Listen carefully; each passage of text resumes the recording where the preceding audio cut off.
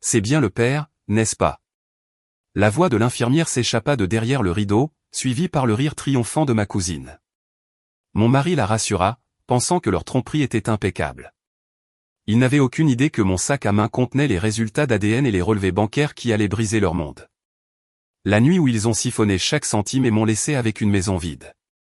Je pensais avoir tout perdu. Mais debout ici aujourd'hui, j'ai réalisé que c'était enfin moi qui tenais le scalpel. Je m'appelle Genesis Turner. J'ai 34 ans, je suis né et j'ai grandi au cœur du Midwest, où l'on nous apprend à être poli, à parler à voix basse en public et à ne jamais laver notre linge sale en public. Mais debout ici, dans le couloir éclairé au néon de la maternité, fixant le carrelage en linoléum éraflé, je suis sur le point de violer absolument toutes ces règles. Le couloir sent l'antiseptique agressif et le café d'hier. C'est une odeur stérile et froide qui colle au fond de la gorge. Au-dessus de moi, les longs tubes de néon bourdonnent d'un faible grésillement électrique qui semble me percer les tempes. Mais je me concentre au-delà de cela. Je me concentre sur le bruit venant de derrière le rideau d'intimité de la chambre 304. C'est le battement rythmé et galopant du moniteur cardiaque fœtal, un son censé représenter l'espoir et les nouveaux départs. Pour moi, cela ressemble à un compte à rebours. Puis j'entends la voix que j'attendais. C'est une infirmière, son ton vif et professionnel, posant la question standard qui est sur le point d'arracher le toit de tout cet immeuble. C'est bien le père, n'est-ce pas? Le temps semble s'étirer. J'entends le grincement d'une basket sur le sol plus loin dans le couloir. J'entends la bouche d'aération de la climatisation qui cliquette. Et puis je l'entends, Madison, ma cousine m'a dit. Oui, dit-elle. Sa voix est tendue par l'accouchement, essoufflée. Mais il y a un bord de fierté indéniable dans celle-ci. C'est un son jubilatoire, satisfait. Oui, c'est le père de mon bébé. J'entends Caleb, mon mari, l'homme qui m'a juré fidélité il y a 6 ans dans une église à moins de 8 kilomètres d'ici. Il murmure quelque chose de doux et d'apaisant, le genre de réconfort qu'il me donnait quand j'avais passé une mauvaise journée au travail. Il joue parfaitement son rôle. Ils pensent qu'ils sont en sécurité dans leur petite bulle de tromperie.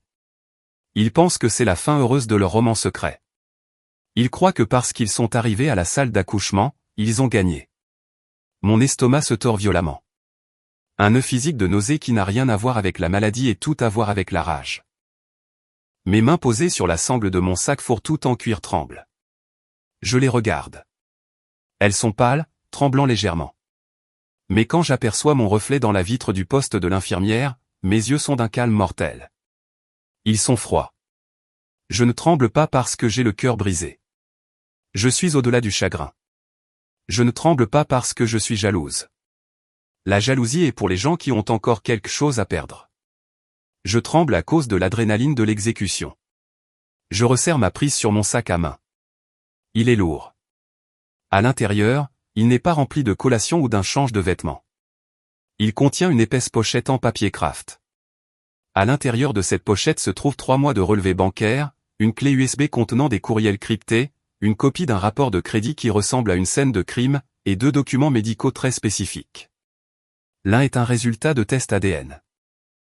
L'autre est une analyse de fertilité d'une clinique spécialisée. Ce ne sont pas juste des papiers. Ce sont des munitions. Si vous écoutez ceci, peut-être en m'imaginant comme une femme bafouée sur le point de faire une scène, laissez-moi faire une pause d'1 seconde. Laissez-moi briser le 4e mur ici. Vous pensez probablement que cette histoire commence maintenant, dans cet hôpital, avec une maîtresse donnant naissance à l'enfant de mon mari. C'est à quoi cela ressemble en surface. C'est l'accroche dramatique. Mais vous auriez tort.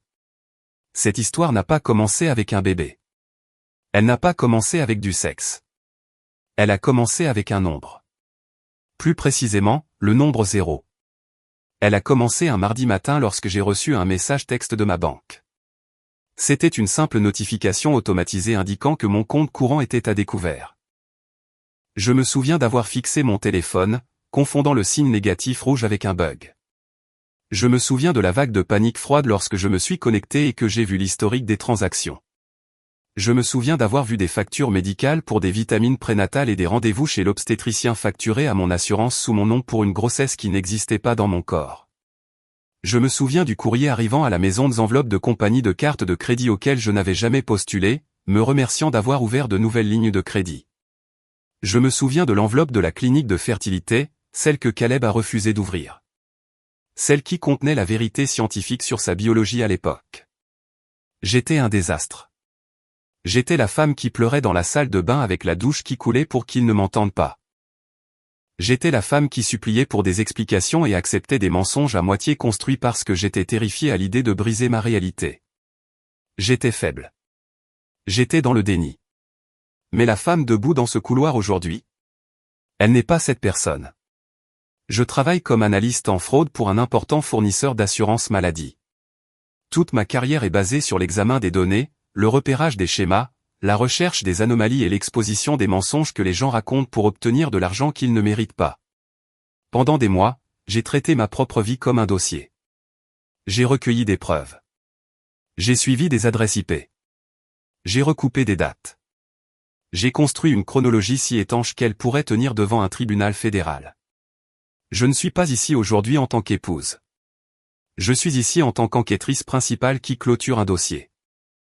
Le rideau de la chambre 304 ondule, et l'infirmière sort. Elle tient un presse-papier métallique contre sa poitrine. Elle a l'air échevelée, une mèche de cheveux tombant de son chignon. Elle s'arrête lorsqu'elle me voit debout là, à quelques mètres seulement, vêtue d'un blazer élégant et tenant une tasse de café tiède comme une arme. Elle regarde le presse-papier dans sa main. Puis elle me regarde.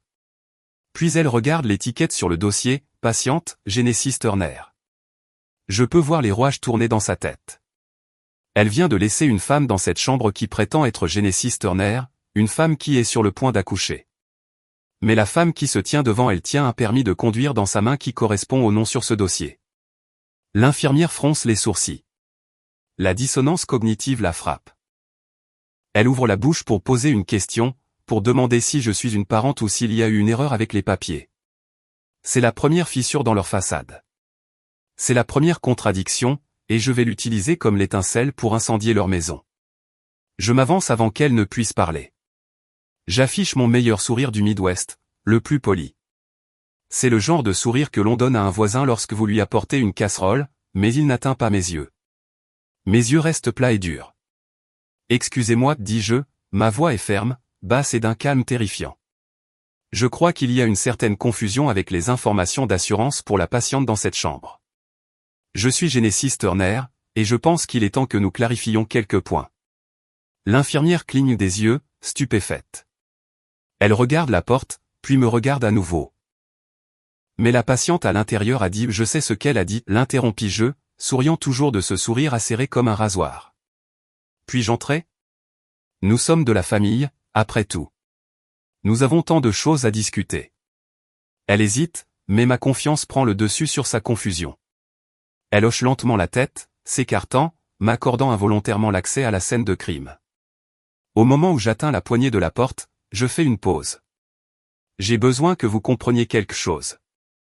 Je suis sur le point d'entrer dans cette chambre et de détruire 3 vies. Je vais prendre leur joie, leur sécurité et leur avenir, et je vais l'écraser sous le poids des faits et des chiffres. Cela va être brutal. Cela va être public.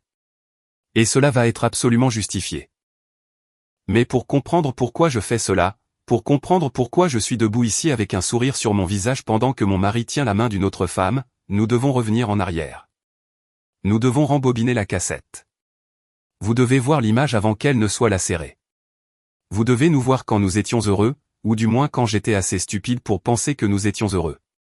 Nous devons retourner au jour où les comptes bancaires étaient pleins, où la chambre d'amis était vide, et où je pensais encore que tout le monde dans ma maison jouait dans la même équipe. Laissez-moi vous raconter comment une enquêtrice en fraude a manqué la plus grande escroquerie de sa vie. Si je pouvais cartographier les coordonnées exactes du moment où ma vie a mal tourné, je ne laisserais pas tomber l'épingle à l'hôpital. Je la laisserais tomber dans notre salon un mardi soir de novembre, sous la douce lueur des guirlandes lumineuses, avec l'odeur de la pizza au pepperoni et du vin rouge bon marché planant dans l'air. C'est là que la tragédie a vraiment commencé. Non pas par un cri, mais par des rires. Pour comprendre l'ampleur de la trahison, vous devez comprendre qui j'étais avant de devenir la femme dans le couloir tenant un dossier rempli de preuves. À l'époque, j'étais Genesis la professionnelle, la femme qui vivait sa vie selon des feuilles de calcul et des modèles de probabilité. Je travaille comme analyste senior pour une immense compagnie d'assurance maladie. Mon travail consiste à examiner des milliers de lignes de données escodes de procédure, cycle de facturation, réclamation en doublite à trouver l'histoire cachée dans les chiffres. Je suis payé pour être méfiante. Je suis payé pour repérer l'anomalie dans le schéma. Dans ma vie professionnelle, je ne fais confiance à rien tant que les chiffres ne s'équilibrent pas. Mais dans ma vie personnelle, j'étais aveugle. J'étais volontairement, béatement aveugle. Je laissais mon scepticisme à la porte du bureau comme un parapluie mouillé. Je croyais que parce que j'aimais les gens avec ferveur, ils me devaient cette même loyauté en retour. C'est un calcul naïf, qui ne tient pas compte de la variable de l'égoïsme humain. Mon mari, Caleb Turner, était le genre d'homme qui pouvait vendre de la glace à un ours polaire et faire en sorte que l'ours ait l'impression d'avoir obtenu un rabais. Il était directeur des ventes chez un concessionnaire automobile de milieu de gamme, le genre de gars qui portait des costumes juste un peu trop brillants et souriait de tout son visage. Il avait cette façon de vous regarder, de vraiment vous regarder, qui vous faisait sentir que vous étiez la seule personne dans la pièce bondée. Quand nous nous sommes rencontrés, j'étais la fille tranquille dans le coin, et il était l'âme de la fête. Il m'attirait dans son orbite, et j'étais si reconnaissante d'être choisie par le soleil que je n'ai jamais pensé à me demander si j'étais juste une autre planète qu'il consumait. Et puis il y avait Madison Maddy, ma cousine. Mais vraiment, elle était ma sœur dans tous les sens qui comptaient. Nous avons grandi à 2 rues l'une de l'autre. Nous partagions l'eau du bain quand nous étions petites et des secrets quand nous étions adolescentes. Maddy était tout ce que je n'étais pas. Là où j'étais structurée et prudente, elle était chaotique et vibrante. Elle était maquilleuse pigiste, toujours à la recherche du prochain contrat, toujours un peu à court de loyer, toujours en couple avec un musicien ou un artiste qui lui brisait le cœur. Mais elle apportait la couleur dans ma vie beige. C'est elle qui m'a traîné au karaoké. C'est elle qui m'a appris à utiliser de l'eyeliner liquide sans me crever les yeux. Nous 3 Caleb, Maddy et moi nous étions une unité, ou du moins je le pensais, pendant les 3 dernières années. Le centre de mon mariage avait été un objectif singulier et douloureux, un bébé. Caleb et moi essayions de concevoir depuis mon 31e anniversaire. Cela a commencé avec de l'excitation, puis s'est transformé en intimité planifiée, et a finalement dégénéré en obsession clinique. Chaque mois qui se terminait par un test négatif ressemblait à des funérailles mineures. Nous avons ouvert un compte d'épargne. Nous l'avons appelé le fonds bébé. Ce n'était pas juste un compte bancaire, c'était un réceptacle pour nos espoirs. Nous mettions de côté chaque dollar de rechange que nous pouvions soutirer de nos chèques de paie. J'ai arrêté d'acheter des cafés du matin. Nous avons annulé notre abonnement au câble. Nous avons arrêté de manger au restaurant. Nous économisions pour la fécondation in vitro, une procédure qui coûte plus de $15,000 par tentative sans garantie de succès. Je me souviens d'être assise sur notre véranda un soir d'automne frais, regardant l'application bancaire sur mon téléphone. Nous sommes presque à mi-chemin, leur ai-je dit. Caleb buvait une bière, l'air fatigué, et Maddy se peignait les ongles de pied sur nos meubles de patio.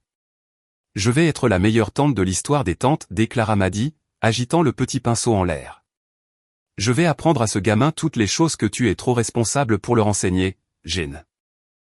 Nous allons manger de la crème glacée pour le petit déjeuner, et je leur apprendrai comment mentir à leur professeur. Caleb rit, se penchant pour la taquiner dans les côtes. Tu n'enseigneras pas à mon enfant à mentir, Mads. Nous avons déjà assez de problèmes avec la vérité dans cette famille. Nous avons tous ri.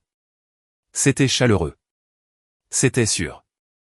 Je les ai regardés, mon beau mari travailleur et ma cousine loyale et drôle, et j'ai pensé, cet enfant va être tellement aimé. J'imaginais des pique-niques en famille où Maddy amènerait son dernier petit ami, et Caleb enseignerait à notre fils ou notre fille comment lancer une balle de baseball, et je serais juste assise là à m'en imprégner. Mais sous cette surface chaleureuse, les fissures se formaient déjà. J'ai juste choisi de les voir comme des bruits d'installation, le genre que font les vieilles maisons, plutôt que des dommages structurels. La pression financière se transformait en un poids physique. L'économie se resserrait, et Caleb le sentait au concessionnaire. Les quotas sont encore en hausse, soupirait-il, s'effondrant sur le canapé. Le propriétaire, Logan, met la pression à tout le monde. Si je ne vends pas 20 unités ce mois-ci, je vais rater mon bonus. Je faisais des heures supplémentaires, enregistrant des semaines de 60 heures pour passer au peigne fin les cas de fraude, essayant de rembourrer le fonds bébé. J'étais épuisé. Caleb était épuisé. Et quand vous êtes tous les deux fatigués, vous arrêtez de vous regarder attentivement. C'est là que les petites choses ont commencé. Caleb a commencé à rentrer de plus en plus tard à la maison. Dîner client, disait-il, où j'ai dû rester pour conclure une affaire sur un pick-up. Je ne vérifiais jamais. Pourquoi le ferais-je? Il travaillait pour notre avenir. Il est devenu possessif de son téléphone. Il le laissait sur le comptoir de la cuisine face vers le haut avant. Maintenant, il était toujours dans sa poche ou face vers le bas sur la table de nuit. Quand je lui en ai parlé une fois, il m'a aboyé dessus. J'ai des informations de financement client sensibles là-dessus, Jen. Je ne veux pas que ça apparaisse. Cela semblait raisonnable. Logique. J'ai accepté. Ensuite, il y a eu les achats. Une paire de lunettes de soleil à $300, une nouvelle veste en cuir. Quand j'ai demandé comment nous pouvions nous permettre cela alors que nous économisions pour la clinique, il m'a donné ce charmant sourire de travers. J'ai besoin d'avoir l'air de jouer le rôle pour vendre le rôle, chérie. De plus, je mérite une petite gâterie, n'est-ce pas? Je travaille sans relâche. Je me suis senti coupable de le questionner, alors j'ai laissé tomber. Puis vint le catalyseur. C'était un jeudi pluvieux lorsque Maddie m'a appelé, sanglotant si fort que je pouvais à peine la comprendre. Son dernier petit ami, un bassiste nommé Tran, l'avait mise à la porte. Elle n'avait nulle part où aller, pas d'économie, et son crédit était fichu. J'ai juste besoin d'un endroit où m'écraser pendant quelques semaines, pleurait-elle. Juste jusqu'à ce que je sois payé pour le contrat de la fête de mariage le mois prochain. S'il te plaît, Jen, je n'ai nulle part ailleurs. Je n'ai même pas consulté Caleb. J'ai juste dit oui. Bien sûr, lui ai-je dit. La famille est de la famille. Fais tes valises. Quand j'ai dit à Caleb, il a semblé hésitant au début. Il se frottait la nuque, regardant ailleurs. Est-ce une bonne idée? La maison est petite. Nous sommes stressés. C'est Maddie, ai-je insisté. Elle aide à la maison. Ce sera amusant, et elle a besoin de nous. D'accord, dit-il, un regard étrange traversant son visage que je ne pouvais déchiffrer. Si tu es sûr. Maddie s'est installée dans la chambre d'amis au bout du couloir. Et honnêtement, pendant le premier mois, c'était merveilleux. On se serait cru à l'université à nouveau. La maison, qui était devenue silencieuse et tendue à cause de nos difficultés de fertilité, était soudain pleine de bruit et de vie. Nous commandions des pizzas 3 soirs par semaine parce que Maddie ne savait pas cuisiner mais adorait manger. Nous regardions des émissions de télé-réalité sur Netflix jusqu'à 2 heures du matin. Le son de Caleb et Maddie riant ensemble dans la cuisine est devenu la bande sonore de ma vie. Je me souviens d'être rentré d'un long quart de travail, mes yeux brûlants à force de fixer des écrans, et d'entrer dans la maison. Caleb était au fourneau, essayant de retourner une crêpe pour le dîner, et Maddie était assise sur le comptoir, balançant ses jambes, le taquinant sur sa technique. Il y avait de la farine sur le sol. Il y avait de la musique. Ils ont levé les yeux quand je suis entré, leur visage rougi par le rire. Maman est rentrée, plaisanta Maddie, sautant du comptoir pour me verser un verre de vin. Caleb s'est approché et m'a embrassé sur le front. Le dîner est presque prêt. Va te reposer les pieds. Je me suis assise sur le canapé, sirotant le vin, les regardant plaisanter. J'ai ressenti un profond sentiment de soulagement. J'avais été si inquiète que Caleb soit agacé par sa présence, que cela ajoute à son stress. Au lieu de cela, ils s'entendaient à merveille. Ils avaient des blagues entre eux. Ils avaient un rythme. J'ai pensé, j'ai tellement de chance. Mes 2 personnes préférées au monde s'aiment. Je n'ai pas vu les regards qu'ils échangeaient quand je tournais la tête. Je n'ai pas remarqué que les nuits tardives de Caleb au travail s'étaient arrêtées au moment où Maddie avait emménagé. Je n'ai pas remarqué que la facture d'épicerie avait doublé, non seulement pour la nourriture, mais pour du vin cher et des steaks que j'étais trop fatigué pour manger. Je n'ai pas remarqué que pendant que j'étais à l'étage dans notre chambre à regarder des feuilles de calcul et à calculer combien de mois il nous faudrait avant de pouvoir nous permettre un transfert d'embryon, ils étaient en bas en train de construire une vie qui ne m'incluait pas. Je regarde cette version de Genesis maintenant avec un mélange de pitié et de fureur. Je veux la secouer. Je veux lui crier dessus, de regarder les horodatage sur les messages textes, de regarder le kilométrage de la voiture, de regarder la façon dont Maddie a arrêté de porter ses pyjamas miteux et a commencé à porter des robes de chambre en soie autour de la maison. Mais je ne l'ai pas fait. J'étais fatigué. J'étais confiante. Et j'étais désespéré de croire que ma vie était sur la bonne voie. Ce furent les derniers jours de l'illusion. Les derniers jours où je croyais encore que l'homme que j'avais épousé et la cousine que j'avais élevée étaient dans mon équipe. Je dormais dans une maison qui brûlait lentement, et je souriais parce que je pensais que la chaleur n'était que la chaleur du foyer. Je ne le savais pas encore, mais le solde du compte était déjà en baisse. Le fonds bébé saignait déjà, et la famille que je luttais si fort pour créer était déjà en train d'être détruite par les personnes même avec qui je la construisais. C'était un mardi après-midi lorsque le sol sous mes pieds s'est transformé en sable mouvant. J'étais assise à mon bureau dans le bureau à domicile, le soleil de fin d'après-midi traversant le clavier. J'avais le site web de la clinique de fertilité ouvert dans un onglet et le portail de notre banque dans un autre. Il était temps de payer la compte pour la prochaine série de traitements. Nous avions besoin de 5 000 $ pour garantir notre place pour le prochain cycle. C'était beaucoup d'argent, mais je n'étais pas inquiète. Je connaissais les chiffres. J'avais vérifié le fonds pour bébé il y a 2 semaines, et il s'élevait à un montant sain de 18 000 $. C'était notre filet de sécurité. C'était notre futur enfant qui attendait d'être conçu. J'ai cliqué sur le bouton de connexion. La petite roue a tourné. J'ai pris une gorgée d'eau, pensant déjà à ce que j'allais cuisiner pour le dîner. La page s'est chargée. J'ai cligné des yeux. Je me suis penché plus près de l'écran. J'ai actualisé la page, certaine que la connexion Internet avait eu un OK ou que le navigateur affichait une erreur en cache. Le chiffre n'a pas changé. Solde disponible, 42,16 $. Ma respiration s'est bloquée dans ma gorge. Ce fut un coup physique, comme si quelqu'un m'avait donné un coup de batte de baseball dans le plexus solaire. J'ai fixé l'écran, mon esprit s'emballant pour trouver une explication logique. Peut-être que la banque avait gelé le compte. Peut-être y avait-il un bug dans le système. J'ai cliqué sur l'historique des transactions. Ce n'était pas un bug. C'était une hémorragie. Il n'y avait pas de gros retrait forfaitaire qui suggérerait un compte piraté ou un vol. Au lieu de cela, il y avait une saignée régulière et rythmique, un virement de 500 ici, un virement de 2 cents là, un retrait d'espèces à un guichet automatique près du travail de Caleb, un virement Venmo à un nom d'utilisateur que je ne reconnaissais pas. Cela durait depuis 6 semaines. 6 semaines? J'ai eu froid. C'était le genre de froid qui commence dans la moelle et se propage. Je suis resté assise à faire défiler la liste des transactions, regardant notre avenir se dissoudre en lignes de texte rouge. 18 000 $ envolés, évaporés. J'avais l'impression de regarder un scanner de mon propre cœur, pour ne trouver qu'une cavité vide là où le muscle devrait être. Quand la porte d'entrée s'est ouverte 1 heure plus tard, j'étais toujours assise là. La pièce s'était obscurcie. Je n'avais pas allumé de lumière. Salut, chérie. Ça ne sent rien ici. On a oublié le dîner.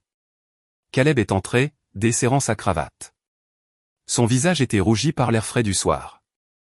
Il était beau. Il avait l'air normal. Il ressemblait à un homme qui n'avait rien à cacher. Il a actionné l'interrupteur. Et quand il a vu mon visage, il a marqué une pause. Jen, ça va? J'ai tourné l'écran pour qu'il soit face à lui. Où est l'argent, Caleb? Il n'a pas bronché. Il n'a pas eu de souffle coupé. Il a juste regardé l'écran, puis m'a regardé à nouveau, son expression se transformant en quelque chose de calmement condescendant. Il a soupiré comme un parent soupire après un tout petit qui a laissé tomber un jouet. Oh, ça, dit-il, agitant la main de manière désinvolte. J'allais t'en parler ce soir. Je l'ai déplacé. Tu l'as déplacé? Ma voix était aiguë, tendue. Tu as déplacé 18 000 $ sans me dire où. Un compte de placement à haut rendement, dit-il calmement, passant devant moi vers le mini-réfrigérateur pour prendre une bouteille d'eau. Opportunité crypto. Un ami au concessionnaire m'en a parlé, les rendements sont incroyables, Jen. Bien mieux que ces 0,01% d'intérêt que la banque nous donne. J'ai pensé que je pourrais le doubler avant que nous ayons à payer la clinique. La compte est due aujourd'hui, dis-je, mes mains tremblant sur mes genoux. Je dois le payer aujourd'hui. Il a arrêté de boire. Il avait l'air agacé maintenant. Eh bien, tu ne peux pas y toucher pour l'instant. Il est bloqué pour une période de 90 jours. Si je le retire maintenant, nous perdons le capital. Tu as bloqué notre argent pour la FIV. Je me suis levé. Caleb, es-tu fou? Nous avons un calendrier. Il a claqué la bouteille d'eau sur le bureau. Arrête d'être si dramatique, Genesis. J'essaie de créer de la richesse pour cette famille. J'essaie de m'assurer que nous puissions réellement nous offrir cet enfant une fois qu'il sera là. Pourquoi dois-tu toujours voir le côté négatif? Tu es obsédé par les chiffres, et tu manques la vue d'ensemble. Il retournait la situation contre moi. Il me faisait sentir petite, stupide et ingrate. Et parce que j'étais désespéré, parce que je voulais le croire, j'ai laissé le doute s'infiltrer. Peut-être qu'il avait raison. Peut-être que j'étais trop rigide. 90 jours, ai-je murmuré. 90 jours, dit-il, adoucissant sa voix, venant m'entourer de ses bras. Il m'a embrassé le dessus de la tête. Fais-moi confiance, chérie. Je fais ça pour nous. Je voulais le croire. Mon Dieu, je voulais le croire. Mais le malaise n'est pas parti. Il était assis dans mon estomac comme une pierre. Au cours des 2 semaines suivantes, la pierre est devenue plus lourde. Nous avions des rendez-vous à la clinique de fertilité. J'allais à chacun d'eux. J'ai enduré les échographies, les prises de sang, les sondes invasives. Mais Caleb n'arrêtait pas d'annuler. Je ne peux pas y aller aujourd'hui, ma puce. Gros client venant d'un autre état. J'ai totalement oublié. Reporte-le. Le trafic est un cauchemar. Je ne vais pas y arriver. 2 fois, il était censé fournir un échantillon pour une analyse de sperme. 2 fois, il s'est défilé. Quand je l'ai confronté à ce sujet dans la cuisine, le suppliant de juste prendre la coupelle et d'y aller, il a plaisanté. Je ne suis pas un étalon reproducteur, Jen, a-t-il blagué, appuyé contre le comptoir en mangeant une pomme. Je n'ai pas besoin d'un médecin pour me dire que mes nageurs vont bien. Regarde-moi. Je suis dans la fleur de l'âge. Le problème n'est pas de mon côté, a-t-il dit avec un clin d'œil. Mais cela ressemblait à une gifle. Cela impliquait que l'échec était le mien. Mon corps était la machine cassée. Le sien était le moteur immaculé. J'ai eu honte. Je me suis senti coupable de le harceler. Alors, j'ai arrêté de demander. J'ai annulé les rendez-vous et dit au médecin que nous avions besoin de plus de temps. Puis vint la nuit du message texte. C'était un mercredi. Caleb s'était endormi sur le canapé en regardant un match de football. Je nettoyais la cuisine, essuyant les comptoirs en granit pour la 3e fois juste pour occuper mes mains. Son téléphone était posé sur l'îlot de la cuisine, en charge. Il a vibré. L'écran s'est allumé. D'habitude, je ne regardais jamais. Je respectais son intimité, mais le téléphone était juste là, à quelques centimètres de ma main. Nouveau message de M, l'aperçu du texte a clignoté pendant 3 secondes avant de s'estomper, hâte que nous soyons tous les 3. Le monde s'est arrêté. Le bourdonnement du réfrigérateur, le bruit de la télévision dans l'autre pièce, le son de ma propre respiration. Tout a disparu. Juste nous 3, un emoji de biberon, un cœur. Mon esprit s'est débattu pour trouver une explication qui n'impliquait pas que ma vie implose. M? Qui était M? Est-ce que Marc du concessionnaire allait avoir un bébé? Peut-être que Caleb était le parrain. Peut-être que c'était un chat de groupe, et qu'il me manquait le contexte. Peut-être que M signifie moi, ai-je pensé désespérément. Peut-être qu'il s'est envoyé un SMS comme rappel. Cela n'avait aucun sens. J'ai fixé l'écran noir, mon cœur tambourinant contre mes côtes. J'ai tendu la main pour le toucher, pour le déverrouiller, mais je ne connaissais plus son code d'accès. Il l'avait changé il y a 3 mois pour la sécurité, avait-il dit. Je me suis éloigné du téléphone comme s'il s'agissait d'une bombe. Je suis monté me coucher, fixant le plafond, me disant que j'étais paranoïaque. C'est un mauvais numéro, me suis-je dit. C'est une blague. Mais la graine était plantée, et une fois que le soupçon prend racine, il grandit vite. Le point de rupture est survenu 4 jours plus tard. J'ai quitté le travail plus tôt. J'avais une migraine qui me fendait le crâne en 2, probablement à cause du stress et du manque de sommeil. Je suis rentré chez moi à 14 heures. Les rues de notre banlieue, calmes et vides. Quand je me suis garé dans l'allée, j'ai vu la voiture de Matty. Elle était censée être à un essai nuptial pour maquiller une fête de mariage. J'ai déverrouillé la porte d'entrée doucement. Je ne sais pas pourquoi je l'ai fait doucement. Peut-être qu'un instinct me prévenait déjà. La maison était silencieuse. Trop silencieuse. Maddy, ai-je appelé, mais ma voix était faible. Pas de réponse. J'ai traversé le salon. Mes chaussettes ne faisaient aucun bruit sur le plancher de bois franc. J'ai approché du couloir qui menait à la chambre d'Amy, la chambre de Matty. La porte était légèrement entr'ouverte, juste une fente. De l'intérieur, j'ai entendu un bruit. C'était un rire, mais ce n'était pas un rire fort et bruyant. C'était un gloussement étouffé et essoufflé, puis un murmure grave, une voix d'homme. Caleb, mon mari, était censé être au travail. J'ai poussé la porte. Ils se sont écartés comme des aimants avec la même polarité. Caleb était debout à côté du lit. Sa chemise était sortie du pantalon, les 3 boutons du haut défaits. Son visage était rouge et ses cheveux en désordre. Matty était assise sur le bord du lit. Les draps étaient froids, pas seulement défaits, mais tordus. Elle portait un de mes vieux t-shirts trop grands, ses jambes nues. Jen, dit Caleb, sa voix fêlée. Il avait l'air d'un adolescent pris en flagrant délit d'école buissonnière. Tu es rentré tôt. Mes yeux ont fait des allers-retours entre eux. L'air dans la pièce était épais. Il était lourd, humide, et il y avait une odeur. Elle m'a frappé instantanément. Ce n'était pas l'odeur de la lessive. C'était un parfum. Doux, lourd, vanille et musc. C'était le parfum de Matty, mais il était partout. Il était dans l'air. Il était sur Caleb. Je pouvais le sentir rayonner de lui. « Qu'est-ce que vous faites ?» ai-je demandé. Ma voix me semblait étrangère. J'étais juste en train de l'aider, bégaya Matty. Elle s'est levée, tirant le t-shirt vers le bas, ses joues devenant roses. Il a renversé du café sur sa chemise. Je l'aidais à trouver un détachant. Et nous étions en train de plier le linge. Le linge. J'ai regardé le lit. Il n'y avait pas de panier à linge. Il n'y avait pas de pile de vêtements. Juste les draps tordus. Oui, dit Caleb, boutonnant sa chemise avec des doigts maladroits. Il a ri, un son aigu et nerveux. Totalement maladroit aujourd'hui. Je l'ai renversé juste devant. Matty me sauvait la mise avant que tu ne le voies. Il a marché vers moi, bloquant ma vue du lit. Il a mis ses mains sur mes épaules. Ses paumes étaient moites. Tu as l'air pâle, chérie. Encore la migraine? Monte. Allonge-toi. Je t'apporterai du thé. Il me poussait dehors. Il m'éloignait physiquement de la scène du crime. Je l'ai laissé faire. Je suis monté comme un zombie. Je suis entré dans notre chambre et j'ai fermé la porte. Je ne me suis pas allongé. Je me tenais au milieu de la pièce, tremblante. Je savais. Au fond de moi. Je savais. Mais le mensonge était plus sûr.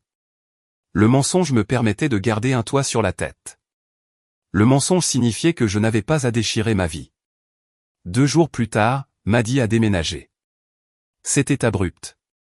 Elle a annoncé au petit déjeuner qu'elle avait trouvé un studio. Elle a fait ses valises en 1 heure. Elle m'a serré dans ses bras pour me dire au revoir, son corps raide, évitant le contact visuel. Merci pour tout, Jen. Tu es la meilleure, a-t-elle dit. Et puis elle est partie. La maison semblait plus vide sans elle, mais la tension n'a pas disparu. Elle s'est aggravée. Caleb est devenu imprévisible. Si je posais des questions sur le compte de placement, il s'emportait. Je t'ai dit, 90 jours. Pourquoi n'arrêtes-tu pas d'insister?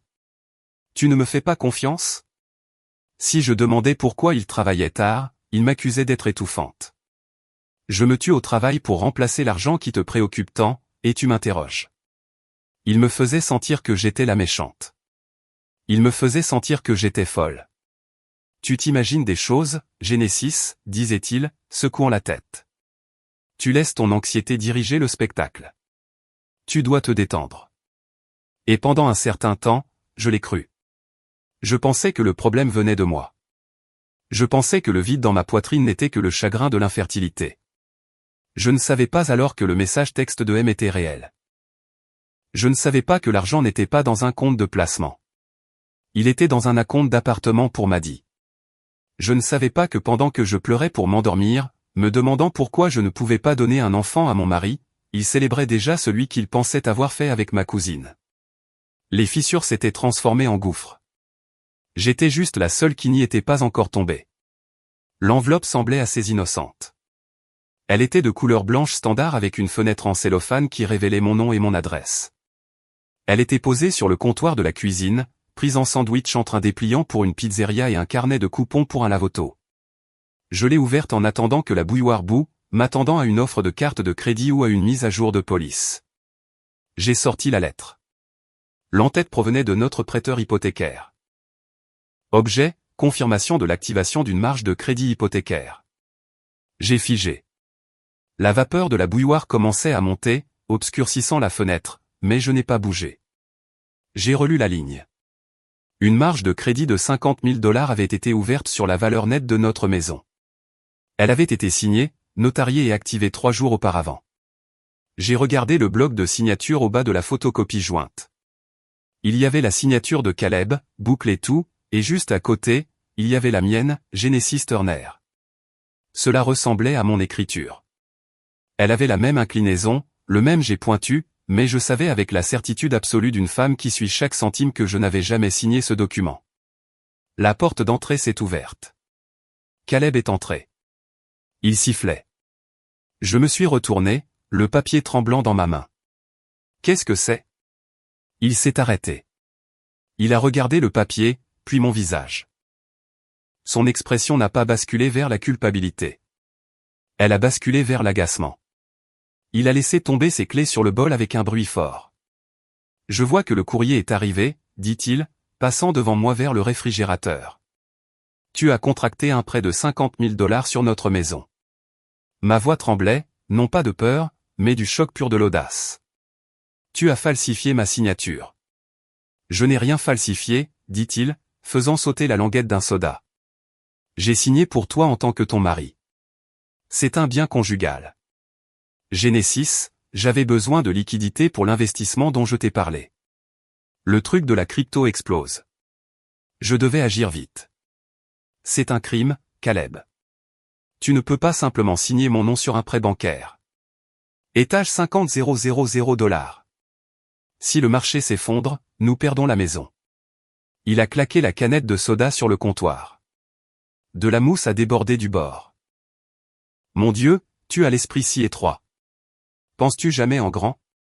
Penses-tu jamais à quelqu'un d'autre qu'à toi-même et à tes précieuses feuilles de calcul? J'essaie de construire un empire pour nous, pour notre future famille, et tout ce que tu fais, c'est me harceler avec des papiers. Je ne te harcèle pas. Je demande pourquoi tu as mis notre maison en danger sans me demander. Parce que tu aurais dit non, cria-t-il. Son visage était rouge, des veines bombaient dans son cou. Parce que tu es obsédé par la sécurité. Tu es ennuyeuse, Genesis, tu es étouffante. L'air dans la cuisine a semblé disparaître. Suis-je ennuyeuse? Oui. J'en ai marre. J'en ai marre de rentrer à la maison chez une femme qui ne parle que de 2 choses, compte d'épargne et cycle d'ovulation. Je suis fatigué d'être traité comme un compte bancaire donneur et un donneur de sperme. J'ai besoin d'espace. J'ai besoin de respirer. Il est passé devant moi en direction des escaliers. Je fais mes valises. Je reste à l'hôtel pour quelques jours. Ne me suis pas, je suis resté là, paralysé. La cruauté de ces mots coupait plus profondément que la trahison financière. Il partait. À ce moment-là, mon téléphone a sonné. Il était posé sur le comptoir à côté du document de prêt falsifié. L'écran s'est allumé, clinique de fertilité Westbridge. Je l'ai fixé. J'ai essuyé mon visage avec le dos de ma main et j'ai répondu, « Bonjour, Madame Turner. » C'est Sarah du bureau du Dr Evans. Nous avons les résultats du dernier panel et de l'analyse que nous avons effectuée sur les échantillons précédents. Le Dr Evans aimerait vous voir tous les deux, vous et Monsieur Turner, dès que possible. Aujourd'hui, si vous pouvez le faire aujourd'hui, ai-je demandé, ma voix creuse. Oui, c'est mieux si vous venez ensemble. J'ai levé les yeux vers les escaliers. Je pouvais entendre la fermeture éclair d'une valise. Je pouvais entendre Caleb qui piétinait. Tenez, ai-je dit à la réceptionniste. J'ai mis le téléphone contre ma poitrine et j'ai marché jusqu'au bas des escaliers. Caleb, ai-je appelé. La clinique est au téléphone. Ils ont nos résultats. Ils veulent que nous venions tout de suite. Caleb est apparu en haut des escaliers, un sac de sport à la main. Il m'a regardé avec un pur dédain. Je ne vais pas dans cet endroit, a-t-il craché. Je ne vais pas m'asseoir là et me faire sermonner par un médecin en blouse blanche. Je vais bien. Va si tu veux t'obséder avec ça. J'en ai fini. Caleb, s'il te plaît. Ils ont dit que c'est important. J'ai dit non, a-t-il hurlé. Il est descendu les escaliers, me frôlant si fort qu'il m'a presque fait heurter le mur. Je ne veux pas être étiqueté. Je ne veux pas l'entendre. Je m'en vais. Il a ouvert la porte d'entrée. La lumière de l'après-midi a inondé le couloir. Il n'a pas regardé en arrière. Il est sorti, et la porte a claqué avec une finalité qui a secoué les cadres sur le mur. J'ai ramené le téléphone à mon oreille. J'y serai dans 20 minutes, ai-je murmuré. Seul. Le trajet vers la clinique fut un flou. Je ne me souviens pas des feux de circulation. Je ne me souviens pas des chansons à la radio. J'ai fonctionné en pilote automatique. La clinique était calme. La salle d'attente était peinte d'un beige neutre et apaisant. Il y avait des photos de bébés souriants sur les murs. Je les détestais. Je détestais l'espoir qu'ils vendaient. Le docteur Evans m'a appelé. C'était un homme aimable aux cheveux grisonnants et aux yeux tristes. Il m'a fait signe de m'asseoir dans le fauteuil en cuir en face de son bureau. Il a regardé la chaise vide à côté de moi, puis moi. Il n'a pas demandé où était Caleb. Je pense qu'il savait. Genesis, a-t-il commencé doucement. Il avait un dossier ouvert devant lui. J'aimerais que votre mari soit là. Mais je peux partager les résultats avec vous puisque vous êtes la patiente principale. Est-ce mes ovules, ai-je demandé, me préparant. Est-ce ma muqueuse? Non, dit-il. Il a retourné une feuille de papier et l'a glissée sur le bureau vers moi. J'ai regardé les chiffres. J'ai vu des zéros. Nous avons analysé les traces d'échantillons que nous avons réussi à obtenir lors des visites incomplètes précédentes, et nous avons effectué un panel hormonal sur le travail sanguin que Caleb a fait il y a 6 mois, a expliqué le docteur Evans. Genesis, Caleb souffre d'une condition appelée azoospermie. Son nombre de spermatozoïdes est effectivement nul. J'ai fixé le médecin. Les mots n'avaient pas de sens. 0. C'est probablement un blocage congénital ou un facteur génétique, a-t-il poursuivi. Mais basé sur les niveaux d'hormones, ce n'est pas un développement récent. C'est probablement le cas depuis toute sa vie d'adulte. Les chances de conception naturelle avec Caleb sont, il a marqué une pause, cherchant un mot gentil. Elles sont statistiquement inexistantes. Je suis resté assise là. J'avais l'impression de flotter au-dessus de mon corps. Tous les mois de pleurs, les kits d'ovulation, les jambes en l'air après le sexe, les vitamines, le fond pour bébé que nous nous étions affamés pour construire, la culpabilité que j'avais portée, pensant que mon corps le décevait, ce n'était jamais moi. C'était lui. Alors, ai-je dit, ma voix semblant venir de sous l'eau. Nous n'aurions jamais pu avoir un bébé.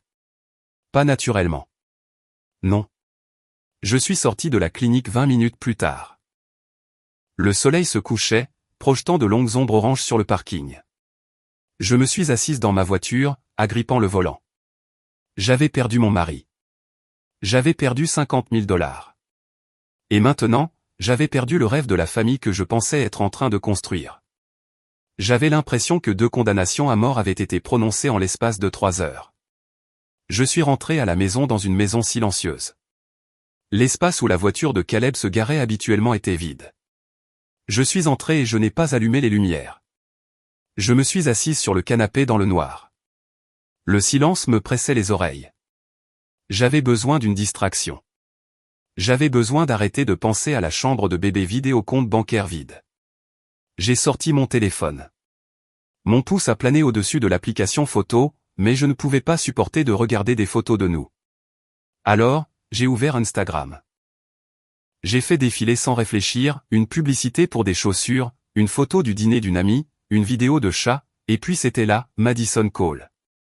C'était une publication d'il y a 2 heures. L'image était granuleuse, en noir et blanc. C'était une échographie, une petite forme de haricot gris dans une mer de statique. La légende disait, un nouveau chapitre commence. Dieu a un plan même quand la route est sinueuse. Tellement béni. Il y avait un double emoji cœur, un bleu, un rose. J'ai senti le sang se retirer de mon visage. Mon pouce s'est figé sur l'écran. J'ai cliqué sur les commentaires. OMG, Madi, félicitations. Qui est l'heureux élu? Attends, tu vois quelqu'un? Madi avait répondu à un commentaire. Une de nos amies communes nommée Sarah avait écrit « Le papa est-il au courant ?» La réponse de Mati, il l'est. Et disons simplement qu'il va être très surpris et très heureux quand tout se sera arrangé. J'ai fixé les mots « surpris et heureux ». La chronologie, Madi vivant avec nous, l'incident du linge, le besoin soudain d'argent de Caleb, le message texte à propos de « juste nous trois », Caleb me quittant aujourd'hui, affirmant qu'il ne voulait pas être étiqueté. Tout pointait vers une conclusion, Caleb et Madi attendaient un bébé. Ils s'enfuyaient ensemble pour commencer cette nouvelle famille. Mais alors, un autre point de données s'est écrasé dans mon cerveau, un fait scientifique dur, froid, que je n'avais appris qu'1 heure auparavant. Caleb a un nombre de spermatozoïdes nul, statistiquement inexistant. Je me suis redressé dans l'obscurité. Le réfrigérateur bourdonnait dans la cuisine. Si Caleb était stérile depuis des années, s'il ne pouvait pas avoir d'enfant avec moi, j'ai regardé à nouveau l'image de l'échographie. C'était un vrai bébé. Madi était vraiment enceinte. Mais si Caleb était physiquement incapable d'être le père, alors de qui est le bébé, ai-je murmuré à la pièce vide. Une clarté froide et vive m'a envahi. C'était le sentiment que j'avais quand je trouvais la variable manquante dans une affaire de fraude complexe. Le récit qu'il montait la tragédie romantique de l'amour interdit et d'un bébé miracle était basé sur un mensonge biologique. Caleb pensait qu'il était le père. Madi prétendait qu'il était le père, mais la science disait que non, et personne ne le savait à part moi. Je regardais l'écran du téléphone, la lumière bleue éclairant mon visage. Les larmes s'arrêtèrent. La panique se retira. À sa place, quelque chose de plus dur, de plus froid et de beaucoup plus dangereux commençait à se former. Je n'étais plus seulement une victime. J'étais la seule personne au monde à détenir le corrigé de leur examen, et ils étaient tous les deux en échec.